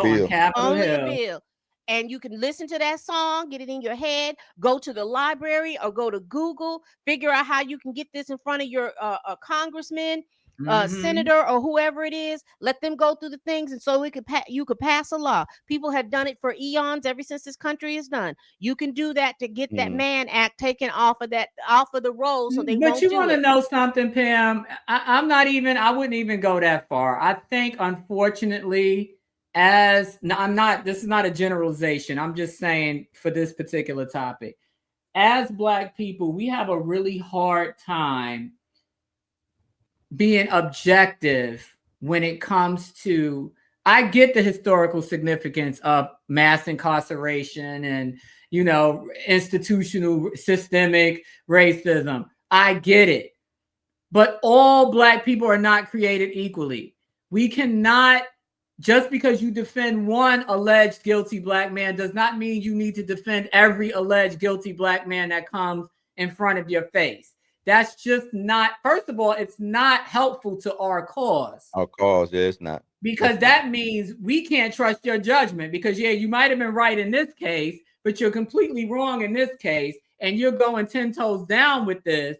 So now I'm questioning your judgment, because I'm like, are you just defending them because they're Black, because you're a fan, because you like their music?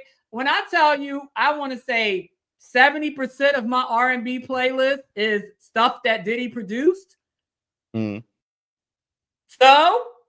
you understand what I'm saying? So what? He has a very solid place in musical history. But that does not mean that he did not do what he do. Do what he did. Same with R. Kelly. You understand what I'm saying? We have to learn how to compartmentalize. You can like this person's music and not believe that he's innocent. Two things can be true at the same time. Right. You can like the artist that he's put out and not believe that he's innocent. You can think that Cassie should have been locked up too, and I believe that she should have. But just like a similar case that we covered, because she cooperated. Y'all hold it down. Just hold it down. Hold it down. I got to answer this call from my mom. Oh. Like what? Gotta answer when mama call. I get that. Because she cooperated, she got away with the same crimes that he committed. Right. And that's just how it works, though. We always say that you can't apply TV law to real law, But in this case, this is literally how TV law works. Whoever cooperates gets to walk. Mm-hmm. That's the one thing about Law and Order and countless other TV law shows that holds true. Whoever cooperates either gets to completely walk or they get a much lesser sentence, depending on, you know, the severity of the crime. Now, usually with murder, you're going to do some kind of time, but you rarely walk on a murder. Now, there was a girl that did walk on the murder of a friend of mine that I'm still mind blown about to this day. And actually, I interviewed for that episode of 48 Hours. Long story short, she lured him out to Long Island, and her abusive boyfriend basically shot him in the face and killed him because she was messing with him while being with the abusive boyfriend. It took 8 years for them to solve the crime. She finally decides to cooperate to get this boyfriend locked up. She's chilling. Did not serve 1 day in prison, and she was the one that set the whole thing up. That's crazy. And admitted to it. Yeah. Craziness. But yeah, that was one rare instance where the person that actually helped participate in the murder didn't do any time at all, not even probation.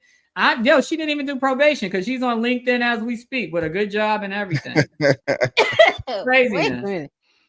But yeah, I mean, two things can be true at the same time. And that's why I kind of get frustrated because I'm just like, why can't we think like that? Why does it have to be so linear and so, like you said, this or that? Because There's I mean, no it go back to the and you know, rooting for everyone black, like what or believe women. It's the same mindset. Right, you know. Which I don't have no issue with believe women. Believe them when they believe a bull. Like when they believe a bull. Like women... no. I didn't say believe all women. I just said believe women. I can believe you. Like you can come to me. Let's say something happened to you, Danny, or let's say you scheming.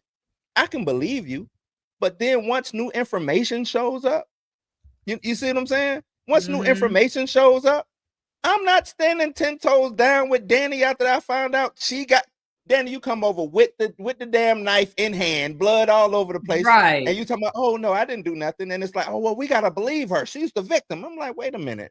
Or don't blame because that's the psychological game. Oh, we're blaming the victim. No, I'm asking questions. No, well, why you got the knife in your hand? And that's Danny? the whole point. People want you're blaming the victim. What do you mean? Why do I have the knife in my hand? How dare you ask me a logical question? Because people want you to believe them lock, stock, and barrel. And then because they think that you questioning them is criticizing them. And that's not what's happening. Judging them. That's it. Hold it down.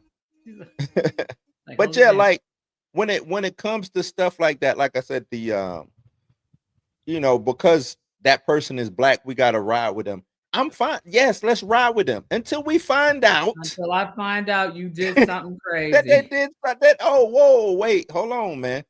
Nah, the evidence is too overwhelming for me to just right.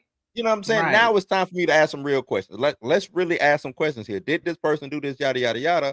Whoop de whoop. Because or did this happen the way you're saying it happened? That you're saying it happened, right? Right. Because now we all finna look stupid. Everybody who on your side is about to look. And that's my point. That is my only point. In the majority of the time, when I'm kind of pushing back on, you know, a lot of that, you know, recent example, Diddy, you know, whatever.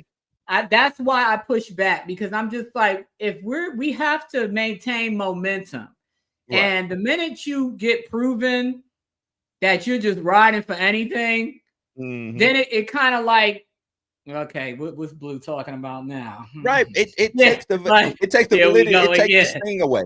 The validity. My homeboy, who I rock with, everything with him is race. I'm like, dog, we in America, we know it's race, but let's get past that. Let's see what's really happening. Let's get to the nuts. What did you do? Situation. Right, because what did you do? Yes, race. We know that. You black, I get it. But what did you do something? Is there something else going on? Because in order when I want to go with the race thing, I do. But if it ain't race, now what? Now you see what I'm what? saying? If it ain't deemed racist, Now what? What you got? Now what? We got to have all our ducks in a row because we always playing from behind, especially as a black man in America. We playing behind, so we got to have them ducks in a row. We just screaming racism. That don't do nothing for nobody. That don't do nothing. Well, it waters down your case, especially if you actually did do something. Right. It just takes it. Oh, you just don't want to see me because I'm a black man. We know that. But what did you do? That's a foregone conclusion. But what did you do? But what did you do?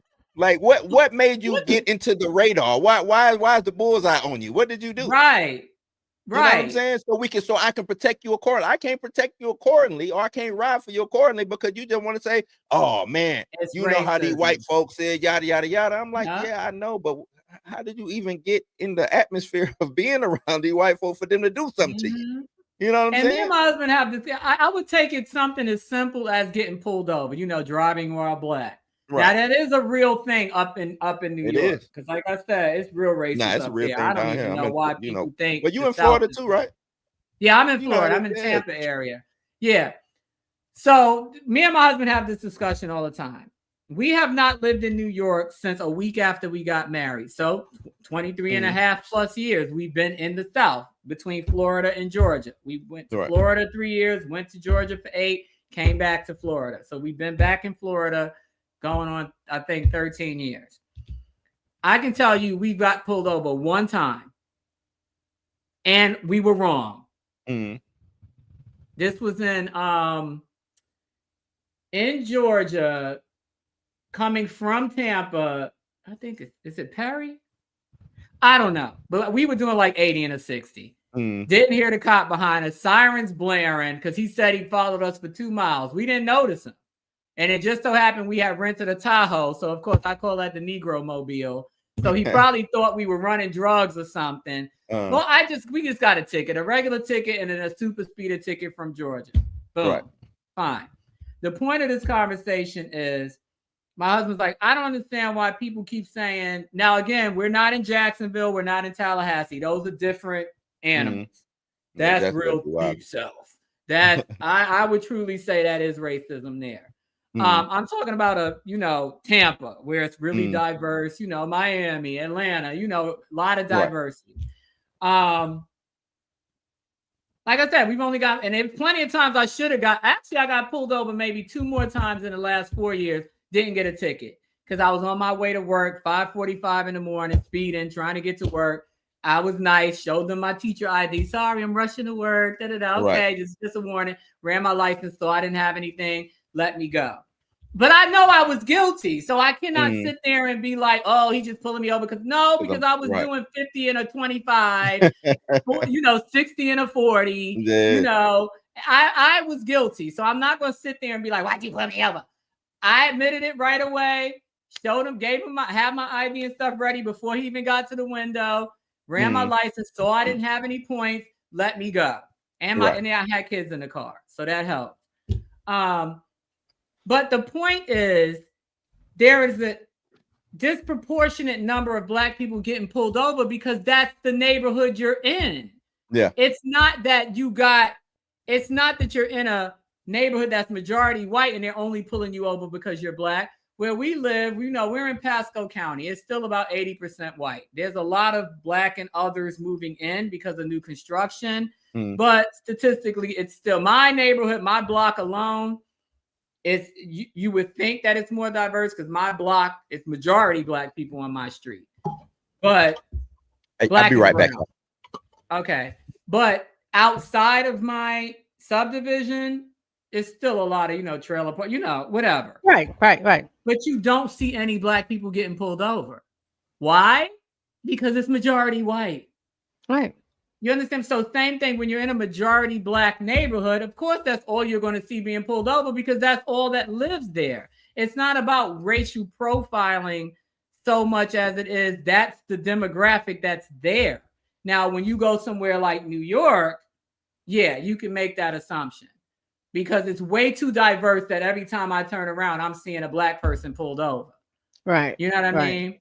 Well, even where I live at, I would say that I would see the latter because we are pretty much it's a 51-49 split.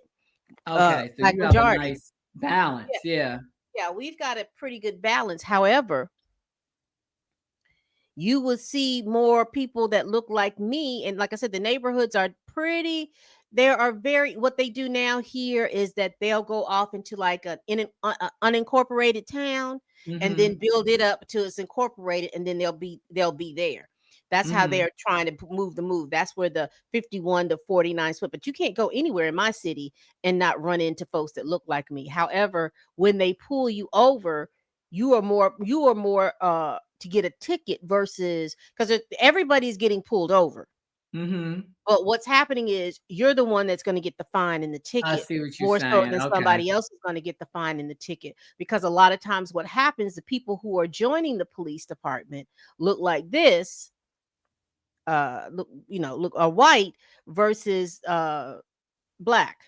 And so if they're pulling somebody over, they're pulling over a friend they went to high school with, or the mother, or the sister, or the brother, or something like that. And so they will give them the benefit of the doubt versus you, and unless whoever is on that police department looks like you, and then they'll give you a little stern talking to, and then they possibly will. But if you know, watch your speed. Well, the 2 times I got pulled on my way to teaching, it was Caucasian, but yeah, it just. But like I said, I know I was wrong. I know I'm pretty self-aware. I'm not going to sit. First of all, I got to go to work. Second of all, I know the likelihood of me getting a ticket is higher if I sit here and act like I wasn't speeding, because I was. So I think for the most part, black folks are self-aware whether they don't. You know what I'm saying? But it's just the ones that don't be so super loud and egregious with it. That adds to the stereotype. Yeah, that's the thing about my guy. And everything. Let me explain to you all too, because I know that racist is a word that people love to use and throw around. A lot of people, what you're experiencing is bigotry, and prejudice. Racism requires there have to be that they can hold something over you. So in other words, like we were talking about the police or anything like that, if the only reason that they're pulling you over is because you look like this, but you would understand and know when that was. But when you're online and someone calls you a certain name, oh, well, you're being racist. No, they're probably being bigoted. And they're probably being prejudiced. And I think that 2 different things. We use the words too interchangeably. And you will win the argument calling them a bigot or being prejudiced more so than you would call them a racist. And this is where we're getting all of this black fatigue and everyone's racist and all this other stuff. They understand and know what racism is. They've been practicing it forever. Right, it's their word. It's their word. It's their word. But you start using words like, well, you're being a bigot, you're being prejudiced, and those or you're being biased. But I think we like to I don't want you to keep throwing that word racist around until it gets to be ubiquitous and it doesn't mean or have the power behind it that it actually has. Because at the end of the day, racism comes with a certain amount of power too. Yeah. And the majority of these people have absolutely no power. Right. The only power that they have is that they think that the way they look automatically affords them certain privilege that they do not have, especially in towns like the one that I live in, where the vast majority of the people getting locked up, like I said, locked up, pulled over, plastered all over the county inmate, because a lot of these southern counties, they like to embarrass the inmates. So they have Facebook pages where they post their mugshots and cracking jokes on them and let us comment. 90% of them are not us. Yeah. Now, we had Stacey Dash a couple of years ago, but the rest of them were not us. Remember when she got locked up in Newport Richie for, I think she hit her fiance at the time. They were living in some apartment complex. I remember when that happened. Yeah, that was right up the street from my house where they took her. She probably I know she stayed down there. Huh? She's not here anymore, but in 2019, she was slumming it big time because she wasn't even living in a house. She was living in some apartment complex. And if anybody knows where Newport Richie is, that's I'm not under the pretense of thinking that she would have money anyway. I just, I don't think she has any money at all. But that was surprising because I mean, even I can live better than those apartments in Newport Richie. I mean, come on. So I'm like, what were you doing that you're in like a $1,000 a month apartment in one of the most meth labby cities in Pasco County? Stacey Dash ain't did nothing in years. Matter of fact, the stuff that she did wasn't like the the most lucrative and money making. Yeah, nothing. She hasn't done anything, and I don't know. And then you have to look at the fact that even if she made $600,000-$700,000, by the time she paid her taxes, paid her agent, paid her thing and stuff like that, she probably walked away with a cool, a little bit, maybe a little bit over, maybe a little bit. $200,000, and then that don't go nowhere if you're paying yourself $50,000 a year. That's what 4 years worth of money. Yeah, and so you won't be able to live the high life. Nowhere. She could have had a career. She could have still been hot. You know what I'm saying? Turned on us. Well, and she was putting too much. She put too much up her nose. Even Tuna Strong like that. Even that. She still could have had because it's some conservative black people who still have a career in media or on TV and stuff like that. You know what I'm saying? She just chose wrong, and she like laid. One thing I give it to her, she laid in it. The bed she made, she laid all the way down in it. But she could have still been at least doing a Tyler Perry had a movie show on BET and stuff. I think she just burned a lot of bridges. That was a while ago. She had the show with Lisa Ray and all of them. That was pretty that. Yeah. Where did y'all go? Okay. No, her and Lisa Ray was about to throw them hands on her. Yeah. Because she still had the mouth. I'm just saying, it's just, and I remember that show, and it was a good show. It was a good show. The acting was it was decent. Average. It was decent. It was decent. It was a good show, but again, behind the scenes, back and forth messed that show up. Because, like I said, she would say some things slick to Lisa Ray, and Lisa Ray would say some things slick to her, and then before you know it, they was getting ready to throw hands. Mm-hmm. So yeah, they should have let them throw hands so they can keep working. Because sometimes you got to have that. Just throw a couple hands. You know what I'm saying? All right, now let's get back to work. Yeah, and like I said, she had the look to be able to be further than what she was. Oh yeah. She had the look. The aesthetic back in the 80s and 90s when everybody had to be ambiguous. Yeah, I had a crush on the back. What did Mo Money and Moving? Yeah, Clueless. And all of them. Clueless. Yeah, she did a few movies. That's when she was black. I don't know what happened to her color. Yeah, Clueless. She definitely from Clueless, she could have parlayed that into other things, particularly the people who were the directors and. Because they had talked about that they loved themselves some Stacey Dash. So I don't know if it was just the party lifestyle and stuff like that. And her and Christopher Williams, they was coked out. Okay, that's who she was talking to, Christopher Williams. She had a son by him. I didn't know that. That oldest one. Yeah, because he was going with somebody else. Who did he go with? Was it Halle Berry?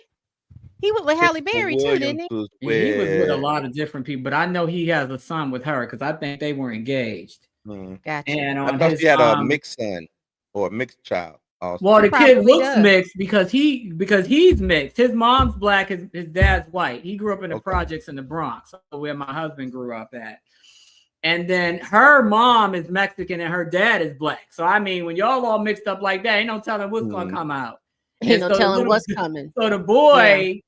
Yeah, the boy, for all intents and purposes, he looks like he has a white dad, but he's like Christopher Williams's complexion. He's just weird looking. I got that from her. Williams' Unsung episode, he talks about their relationship. I thought she had a child from the ex. From a white guy too, a little girl. With a girl. I was just saying, she has a little girl. I remember the little girl. Well, the girl probably grown now because the son is about 30. All these kids are grown. All these people with these kids, and then you look up, because all of these people that had all these babies back in the 2000s and stuff like that. These kids are 25. Yeah, Stacey, their son is definitely about 30 something because they're in their mid to late 50s now. Right, and she had that baby in the 90s, didn't she? Yeah, so he's probably about 32, 33, the boy, the oldest Yeah. one. Because the And girl the should girl's be a probably in her teenager. 20s. Oh, Yeah. okay. Because I was gonna say she might be a teenager. Because last time I saw her, she was just like, oh, you can't see me, but she was just bouncing around and everything like that. Mhm. You know, that's the last time I saw her, and Because she I was know kind she was way younger than his son. Mm. Because he was already like 18, 19, I think, when that little girl was born. Yeah. Her name because is I was Lola. just gonna say because he was like a teenager, if I can remember correctly. Because all of Mhm. those people that I grew up with, you know, they're all grown now and with kids. And then when I think about their kids, it's like, oh, those kids are in their 20s and their 30s now, having Mhm. kids, and the Yeah. grandparents. Because somebody came up here talking about I was a grandparent. I can't remember who that was, and I was like, what you mean you oh, never mind, Yeah. Right, never because you mind. forget how old you are. Because I mean, Yeah. technically, I could be somebody's grandparent based on the average grandparent Right, age. right. Because I mean, That's average grandparents, what, about 45, 44, I 45? think might be younger than that. I think Well, in the hood, it's about 37. But might be younger than that. because I told you Because I had a student, and at the time I was like 41, 42, Yeah. told me that his granddad was my age. I'm like, what? Yeah. Yeah, but I'm that's what I was doing about the to say. I math. got I'm some. like, so that means your grandfather had your mom when he was like 14? He was like, Yeah. yeah. And it was true because my average student, their mom was probably about 14 to 17 years older than them. You know, And so they were really young. And that's why they was already ready to fight because they were like 28 with a 14-year-old. Yeah. listen, I remember I remember now again. So for those of you all that are watching me, that for my younger audience, that was back in the Stone Ages, the 1900s, as you all call it. 1900. 1900s. Yeah, we were all born in the 1900s. But that's old to them, honey, because now they're 25-ish. And oh, what's old to you? Anybody born in the 1900s? Yep. Right. Okay. Meanwhile, you could be anything from 80 to like 35. Yeah. Exactly. Or 30, really. 19. 30, yeah, about 30, yeah, and still have been born in the 1900s. 26, 27, 26. 20, right, 26, right. Because we're 27. not even in 2029 yet. So you could still be in your early 20s and mid 20s. The and be first born in instance that I had of anybody around my age being pregnant was I was in junior high school. I was in the 7th grade, and a girl that was in the 7th grade had a baby. She had a baby in the 7th grade. Yep. She had a baby in the 9th grade, and then she had twins in the 11th grade. And so now this girl is my age.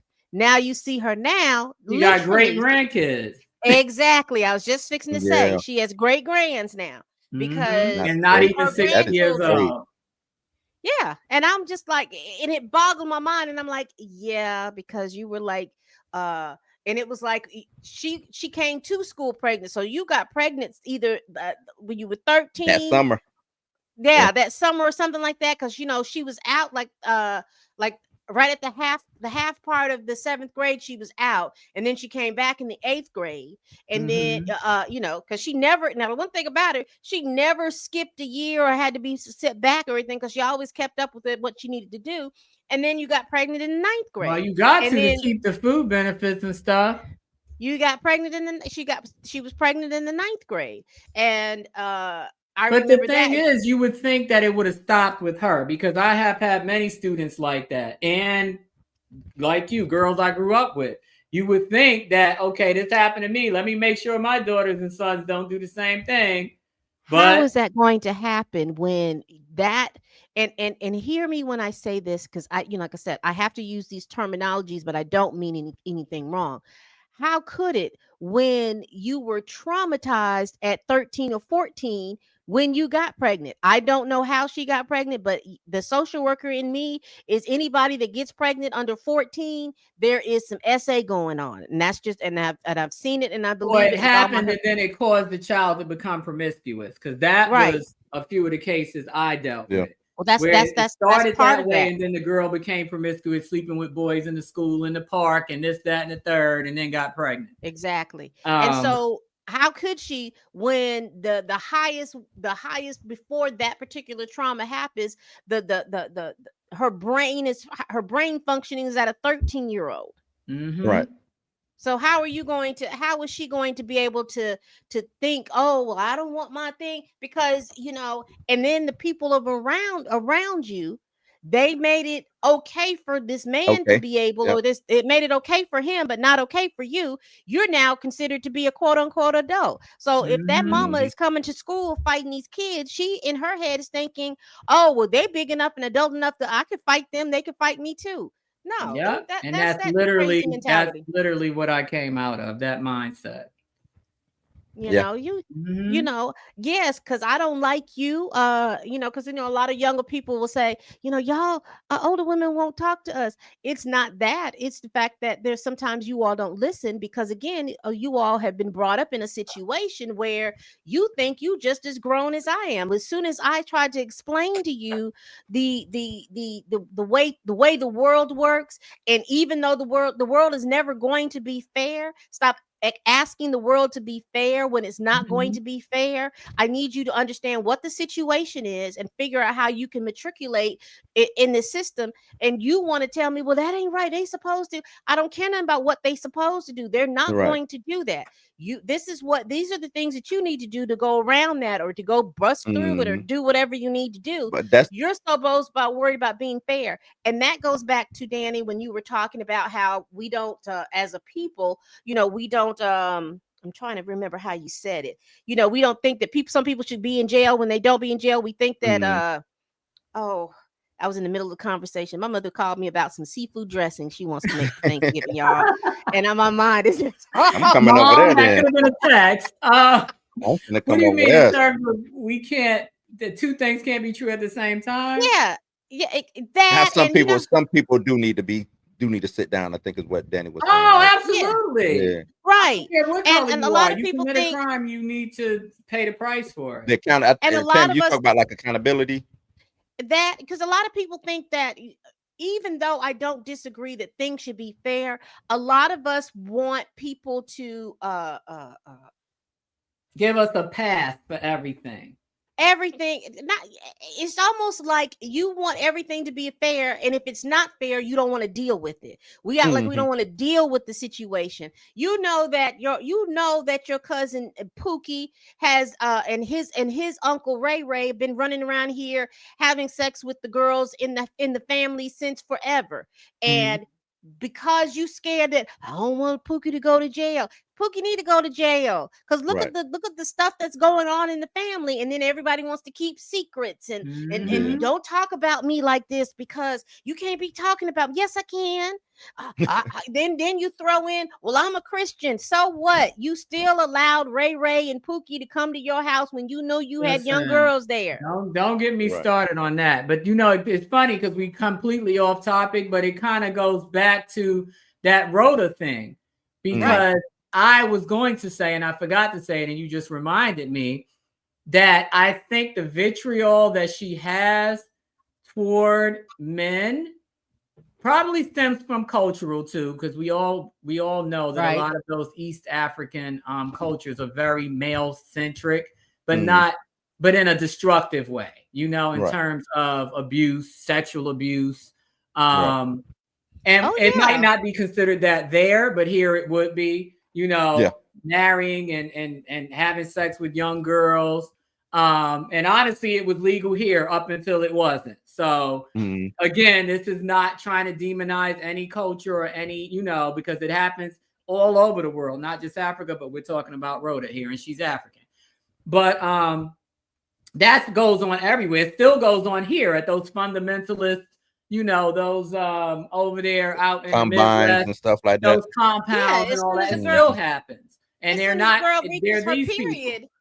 Yeah, as soon as she gets her menses, then they talking about marrying her off. They She's marry them woman off enough to to those have, old men in yeah. the church, and then the sister wives Yeah. thing. So it happens here all the time. So don't get it twisted. But Right. my point is, circling back to her, I think a lot of the vitriol came from not only her cultural background, but from something that probably happened to her. So it might give some kind of validity to her brain being scrambled like eggs, because you cannot be playing with a full deck and do something like that with conviction and really, truly in your heart of hearts, whether you believe it or not, you're pretty convincing that you believe that you're in the right when you know you're scamming, you lied, you just keep it going. If anything, if I'm gonna do something like that, I'm gonna get the coins and just lay low. I'm not saying nothing else. You're not gonna see me on social media. She You're needed not that. gonna see me up there Because to me, antagonizing Daphne. I don't even think it was about the money with her. It wasn't the money. I think the money was It like was more about secondary. the attention. The attention. It was the And that attention. falls into what Pam is saying, because a lot of girls that get molested and sexually exploited at a young age, it turns into promiscuity. It comes into a lot of turns into a lot of unhealthy attention seeking. It turns into anger that manifests itself in the form of hating the face of who perpetrated the crime against you, black man. Extreme manipulation, lying, because you learned telling the truth didn't help you. Didn't help, yeah. You know what I mean? So this is us trying to be objective, but she still deserves a worse sentence. Oh no, she got to sit down. The one he wasn't the defense attorney, but he was a defensive attorney, and he was saying, that's his first time he saw something about the social media ban, and I'm like, well, punishments is supposed to fit the crime. She prevented she committed a social media crime. That's what she did. So I got to get you off. When you drive, they give you a ticket and say you can't drive no more. They suspend your license. They'll suspend your license, right? You did something online. We got to get her off of online. We got to get off of that. So if you're a crooked contractor and you're doing pools that you never finished, they'll cancel your contracting license. You can't do exactly. If you were a doctor and you maim somebody and thing, they'll be talking about taking your license. Yeah, right. I've seen a lot of people like social. Why would they do that? Social media ban. I'm like, yeah, she committed a crime on social. I know internet is fairly, as far as laws go, the internet is fairly new. And I think it's the reason why she was able to commit that crime is because we don't have a lot of internet crimes or rules over, throughout the internet. But she said she wanted to set a precedent. So she set the precedent. It was at the behest of her going to jail and all of that. But now I think more people are going to start looking at things that's committed online and somebody else got one though.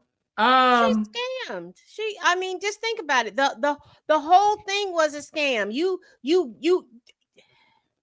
The manipulation, the conniving, because you already went out. Now you let me tell it. Like I said, I wasn't there. I don't know everything, but you let me tell it. She wore that. What is it? Pooh Shiesty mask. The Pooh Shiesty mask, and because she had already done whatever it was to herself. Right. And so she didn't want anybody to see that her face. And so she was cutting up and acting foolish and everything like that. And she was going to try to blame it on the alcohol. And then she was going to say, oh, well, he picked me up and he tried to do things. Good thing. Good looking out for him. And gentlemen, that is a good thing for you to do. Once they start acting crazy, don't take them to a second and third location, because that's going to mess you up. Yeah. He didn't take her to so it didn't work out. So she's walking down the street and she sees a group of folks standing around there. So then what does she do? She takes her mask off, puts her camera on, and then starts paving, because you noticed how, I don't know who it was she was supposedly talking to, but you notice how she kept taking her camera and panning it around, and you saw these two little real skinny men back there talking about, we didn't see nothing. We didn't, they were talking. But she was talking to somebody further down in that video, because she was keeping so much mess. And then now that's what we see.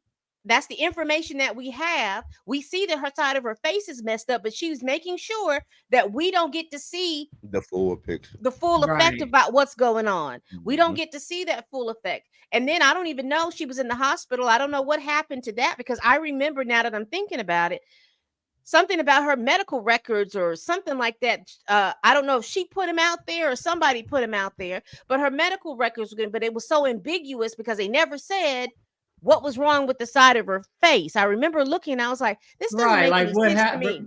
Right. Because it was like, it was like you got the Kaiser, I guess the name of the hospital was Kaiser, where she went to. Kaiser Permanente? Yeah, she went to Kaiser, and then it was like you could see like an intake sheet. She showed an intake sheet, but then when you read it, it never said anything about the diagnosis. It just said that she went to the hospital, and that was supposed to be proof that Okay, but something was- anybody can walk into an urgent care. The thing is, did they do an MRI? Because if you got busted in your dome like that, that should have been an MRI, an X-ray to make sure your eye make sure you socket's don't have no not fractures or broken. nothing. Yeah. Right. They Make sure didn't- you they ain't didn't got a offer that. hairline fracture in your skull. She didn't offer anything. It was just like Right. it was just like the intake form to show that yes, she did go to the hospital, and that was supposed to be proof that she had treatment. I said it's not proof because she never showed like the treatment page or anything, you know, the discharge That and page. a lot of that stuff is in my chart now. You can literally download something in my chart and wasn't doctor she it also up. in med school or something like that? Also, what was she? She was going to school to be what, a lawyer or It some says medical. she was a PhD student in that A article with PhD that. it's something with it.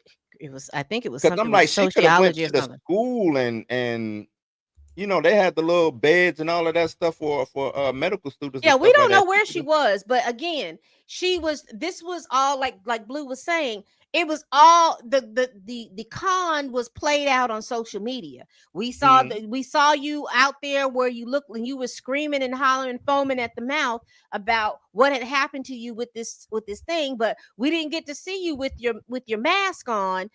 When you was hooting and hollering and telling the women they got to get out of the section, and you and this guy are tussling, we didn't see none of that. We just see that. We see you sitting in the hospital. We see you because we don't know. Like I said, you just showed the intake form. We don't know if you left without treatment. We don't know what happened. But that's the con played out on social media. So yes, I think it's appropriate that she be banned from social media, and that's enough time for her to be banned to the point that by the time if she does what she's supposed Obscurity, to, and yes. by the time she comes back, social media will be a totally different beast. something new. Yeah. That's assuming that can even be, because yeah, like I said, there's just way too many ways around it. I think somebody in the comments says she had 2 sons. I don't know. Maybe I misread it. But I'm thinking they probably going to get taken away, assuming that the father is suitable, or given to her actual parents. But like I said, we don't even know where she comes from, because like I said, I don't know how old she is. But remember I was talking about, some East African traditions mean as soon as your menses starts, you start having babies, get married. Right. I don't know if she didn't come from that. I don't know how old her kids, her child, she's or her kids. 35. Okay. She real 35 hard and wilding like that. See, that's something like a 35 like these days is like 15. But again, if she went through what I think she went through, her mindset is still at a 13, 14, 15-year-old. Oh yeah. teenager. Clearly, just the way she behaves, the way she speaks. Again, our favorite term, arrested development. Yeah. Let me ask y'all this: with her coming over, being whether she's first generation or not, her seeing things like, damn, I hate to say it like you mean it. Being my chillmonger bag, but seeing the housewives shows and all that, Love and Hip Hop, what's the baddies, because that's what she gives off. Let me let me not say the housewives shows. Some of them shows they don't be that extreme, but like the baddies, Love and Hip Hop, where they just fighting for no reason. Wives, yeah. You know what I'm saying? They just does she think that is, she believed that that's real. So she was like, a lot of American women believe that's real. You know what I'm saying? So she's looking at the Black American culture, the Black American woman as that. And that's why she didn't. Yeah, I see what you're saying, because she didn't grow up like people who are my age or maybe 10 years younger. We grew up on the Cosby Show, A Different World, and all those different types of shows. And so that's how we see the world about, it's important for you to go get your education, and you can have fun, you can do all of these little crazy silly things, but you've got responsibilities that you have to do, versus people who are like 40s going down to now, they're used to reality TV, because when reality TV came out, I think it was what was that show on MTV? Real World. Real World. That was like the late 90s. Real World. I think that's even Real World wasn't like what it is now. But that's what I'm saying. Yeah. That was my intro, and like I said, when I started like pulling away from television and watching television. See, I wasn't watching reality TV like that. I was still into scripted television. Right, So right. everybody else behind me was into reality TV. So yes, I could see her watching all this stuff on reality TV, whether it was the Housewives, where it was Snooki and them, whether it was what is it, Love Island, and all this other stuff All where of that people stuff, are yeah. are over, because now reality TV is scripted TV, but it's not, Done in a because real they'll setting, yeah. yeah, it's not natural, like the It's real not natural. world. They create scenarios to elicit a certain reaction. Exactly. And But then the it real turns world wasn't into- like yeah. that. Those kids came from places, and they came from different types of, Right. you had somebody who came from, like, he was a cowboy, and then you had a girl from the inner city, then you had I think one was like a, everybody's first introduction to someone who was homosexual. You had all these different, so you brought all these people in this house together, but most of the time all those people who were in that house, as I remember, they were going to school, or they were going for different types of jobs and stuff like that. Jobs and gigs and stuff, Yeah, they all had something that they were going to go back to. This was just like they spent 30 days in a house together in the summer, and now we're going to see that whole It's thing a play out. social experiment, which Right. is, I think that's how you should do reality TV. Let's get people who've never interacted before. This white dude, this gay dude, this black woman, this, what I'm saying, put them in the house together and let them still continue on with their lives. It's just now you got to live with these people in the house. Right, and we'll give you a couple of team building exercises to do, stuff like that. Yeah, to me, that's dope. Right, pay you and go, then you go home. But the like baddies and all it seemed like they just put them in situations where they just supposed to fight, throw water on each other. Right. Well, that's because like, and I tell you, it's still Tammy from what was it, Basketball Wives. She started that, as far as the she was fight on Real in the World. house. She was one of the first ones on Real World. That's what I'm saying. She started that. She was on the Real World. You remember she was saying that the guy had hit her or something, and they went to tussling and stuff like that, and that brought up the ratings. So then the next person who was doing the reality show, that's when it stopped being real. It started to being scripted. The producers are egging stuff on. Stefan said that you was ugly, and right, and they're egging stuff on, and then that's why you see Bad Girls Club and stuff like that, because all they want to do is fight. Then you had the favorite Flavor of Love. You had New York and all them. Just a mess. All that stuff. I was a young adult when all that stuff came out. And so I wasn't watching any of that. I was still into scripted television and stuff like that. I think Flavor Flav wasn't as bad as we, we try to make it, because it was still that. No, it wasn't bad at all. It just was that one thing with New York when the girl spit on her. But for the most part, it was not bad. It was just gross. Right, but it wasn't like, we finna watch these girls fight, like throw hands and all this. They were getting arguments, but not just like go crazy with fighting, so. I think, like I said, the only time it turned into a sort of a fight was when that girl spit on New York, and then she yoked her up. I fought her too, because that's the most disrespectful. Yeah, that's disgusting. And first of all, she had a right to beat her up, because that's battery when you spit on somebody. So she's lucky she didn't get more than what she got. But do we have anything else to talk about in regards to Miss Rhoda Osman? Nope, she deserved what she got. I'm just curious to see if you guys are right, if she's going to violate in the next 6 to 8 months. I think she's violating. I think she's violating. She's violating. And I want to see how this social media ban thing is going to go. So 90 days from today is what? Like February? So let's say by tax time, let's see if she ends up back on. She violated. Well, she's been in for about a week. She's gonna go on TurboTax and then get locked up again. Yeah, and they may give her time served, because she was in there for a minute, wasn't she? She was in there for a minute before she went to trial. Yeah. Oh, so she got to do time in county. Oh man, yeah, she done. Yeah, so they're not gonna put you in prison for 90 days. That's a waste. No, I'm just saying, county is like bad. She's gonna come out a whole new woman. That's what I'm saying. Oh yeah. Well, I'm just saying, she's been in for she could get the bait. I think she's been in before she even went to court. She was in there for like 2 or 3 weeks. So if I'm not when she turned herself mistaken, in, did they arrest her when she turned herself in? They put I a believe warrant so. out for her because she wouldn't turn Yeah. herself in. Oh, I Yeah, they didn't know had a she was. I warrant out thought. for her. So before she went to trial, I would say that she was in jail for at least 2 to 3 or 4 weeks or something like that. That's why I was saying she'll probably be out by the end of the month or the About first 2 part of months. next month. Yeah. And then she's got to serve her 10-year probation, and then she's gonna have to finish whatever she needs to finish so that she can make money, because she's not gonna be able to make money to scam unless she's gonna go back to them lower scams. Yeah, that's the thing. What was she doing Trying for to figure real out where work? she's gonna get money to pay them to get people all that these degrees? What were you doing for $42,000. real work, Rhoda? What were you doing She for real probably work? wasn't. She probably was living off of student loans Yeah. and social media. And that's going to stop because you can't be a felon, especially in monetary crimes, and get any kind of student loans or financial aid. So she done. So I don't know exactly what she's going to do. All right, people. Blue, you got some last words? I just, go do your time and sit down. That's it. Do your And time. shut up. But we know she's not going to shut Right. up. Do your So. time. Sit down. Don't come. You know what I think might happen though, and I actually do have to go because I got to meet a client in 30 minutes.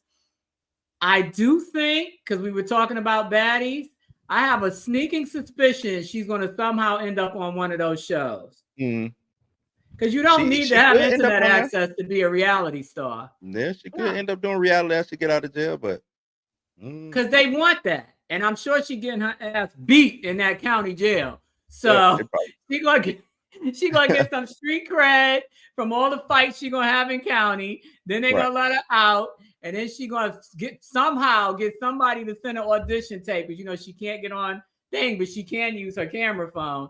And then or they might just come for her. She looked like Natalie Nunn anyway. She may as well be the new one. But that might be the wrong thing with her, Danny.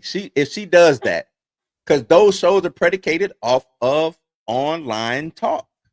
Yeah. Well, she can't be online, but she can be on the show. She can be on. What I'm saying is, once people get to talking about her, whatever she's doing online, she's gonna violate. She want to defend herself or say something. She definitely gonna violate. So she gotta just pay off that debt and then get prepared to go back in. That's all. Or she's gonna do the other thing. She's gonna see if she can get if she could go back home to Minneapolis, and she's gonna get around her family, and before you know it, she's gonna be the nice Somali Muslim girl that she is and stuff like that, and going about her that happens a lot too. So yeah. All right, people. They put the hat on and take it off. Pull a Britney Renner for about 6 weeks and then go back to twerking. All right, people. We do this every week. Please like, comment, and subscribe. Please share this video if you care. Y'all think Danny, y'all think Blue. Make sure you follow their YouTube pages. They put it out in the chat. All right, y'all. Please tell a friend, tell a kin, tell a coworker, tell that heifer that you can't stand not to do any more social media scamming and putting up GoFundMes. Because we're going to snitch. And as always, people, bye-bye.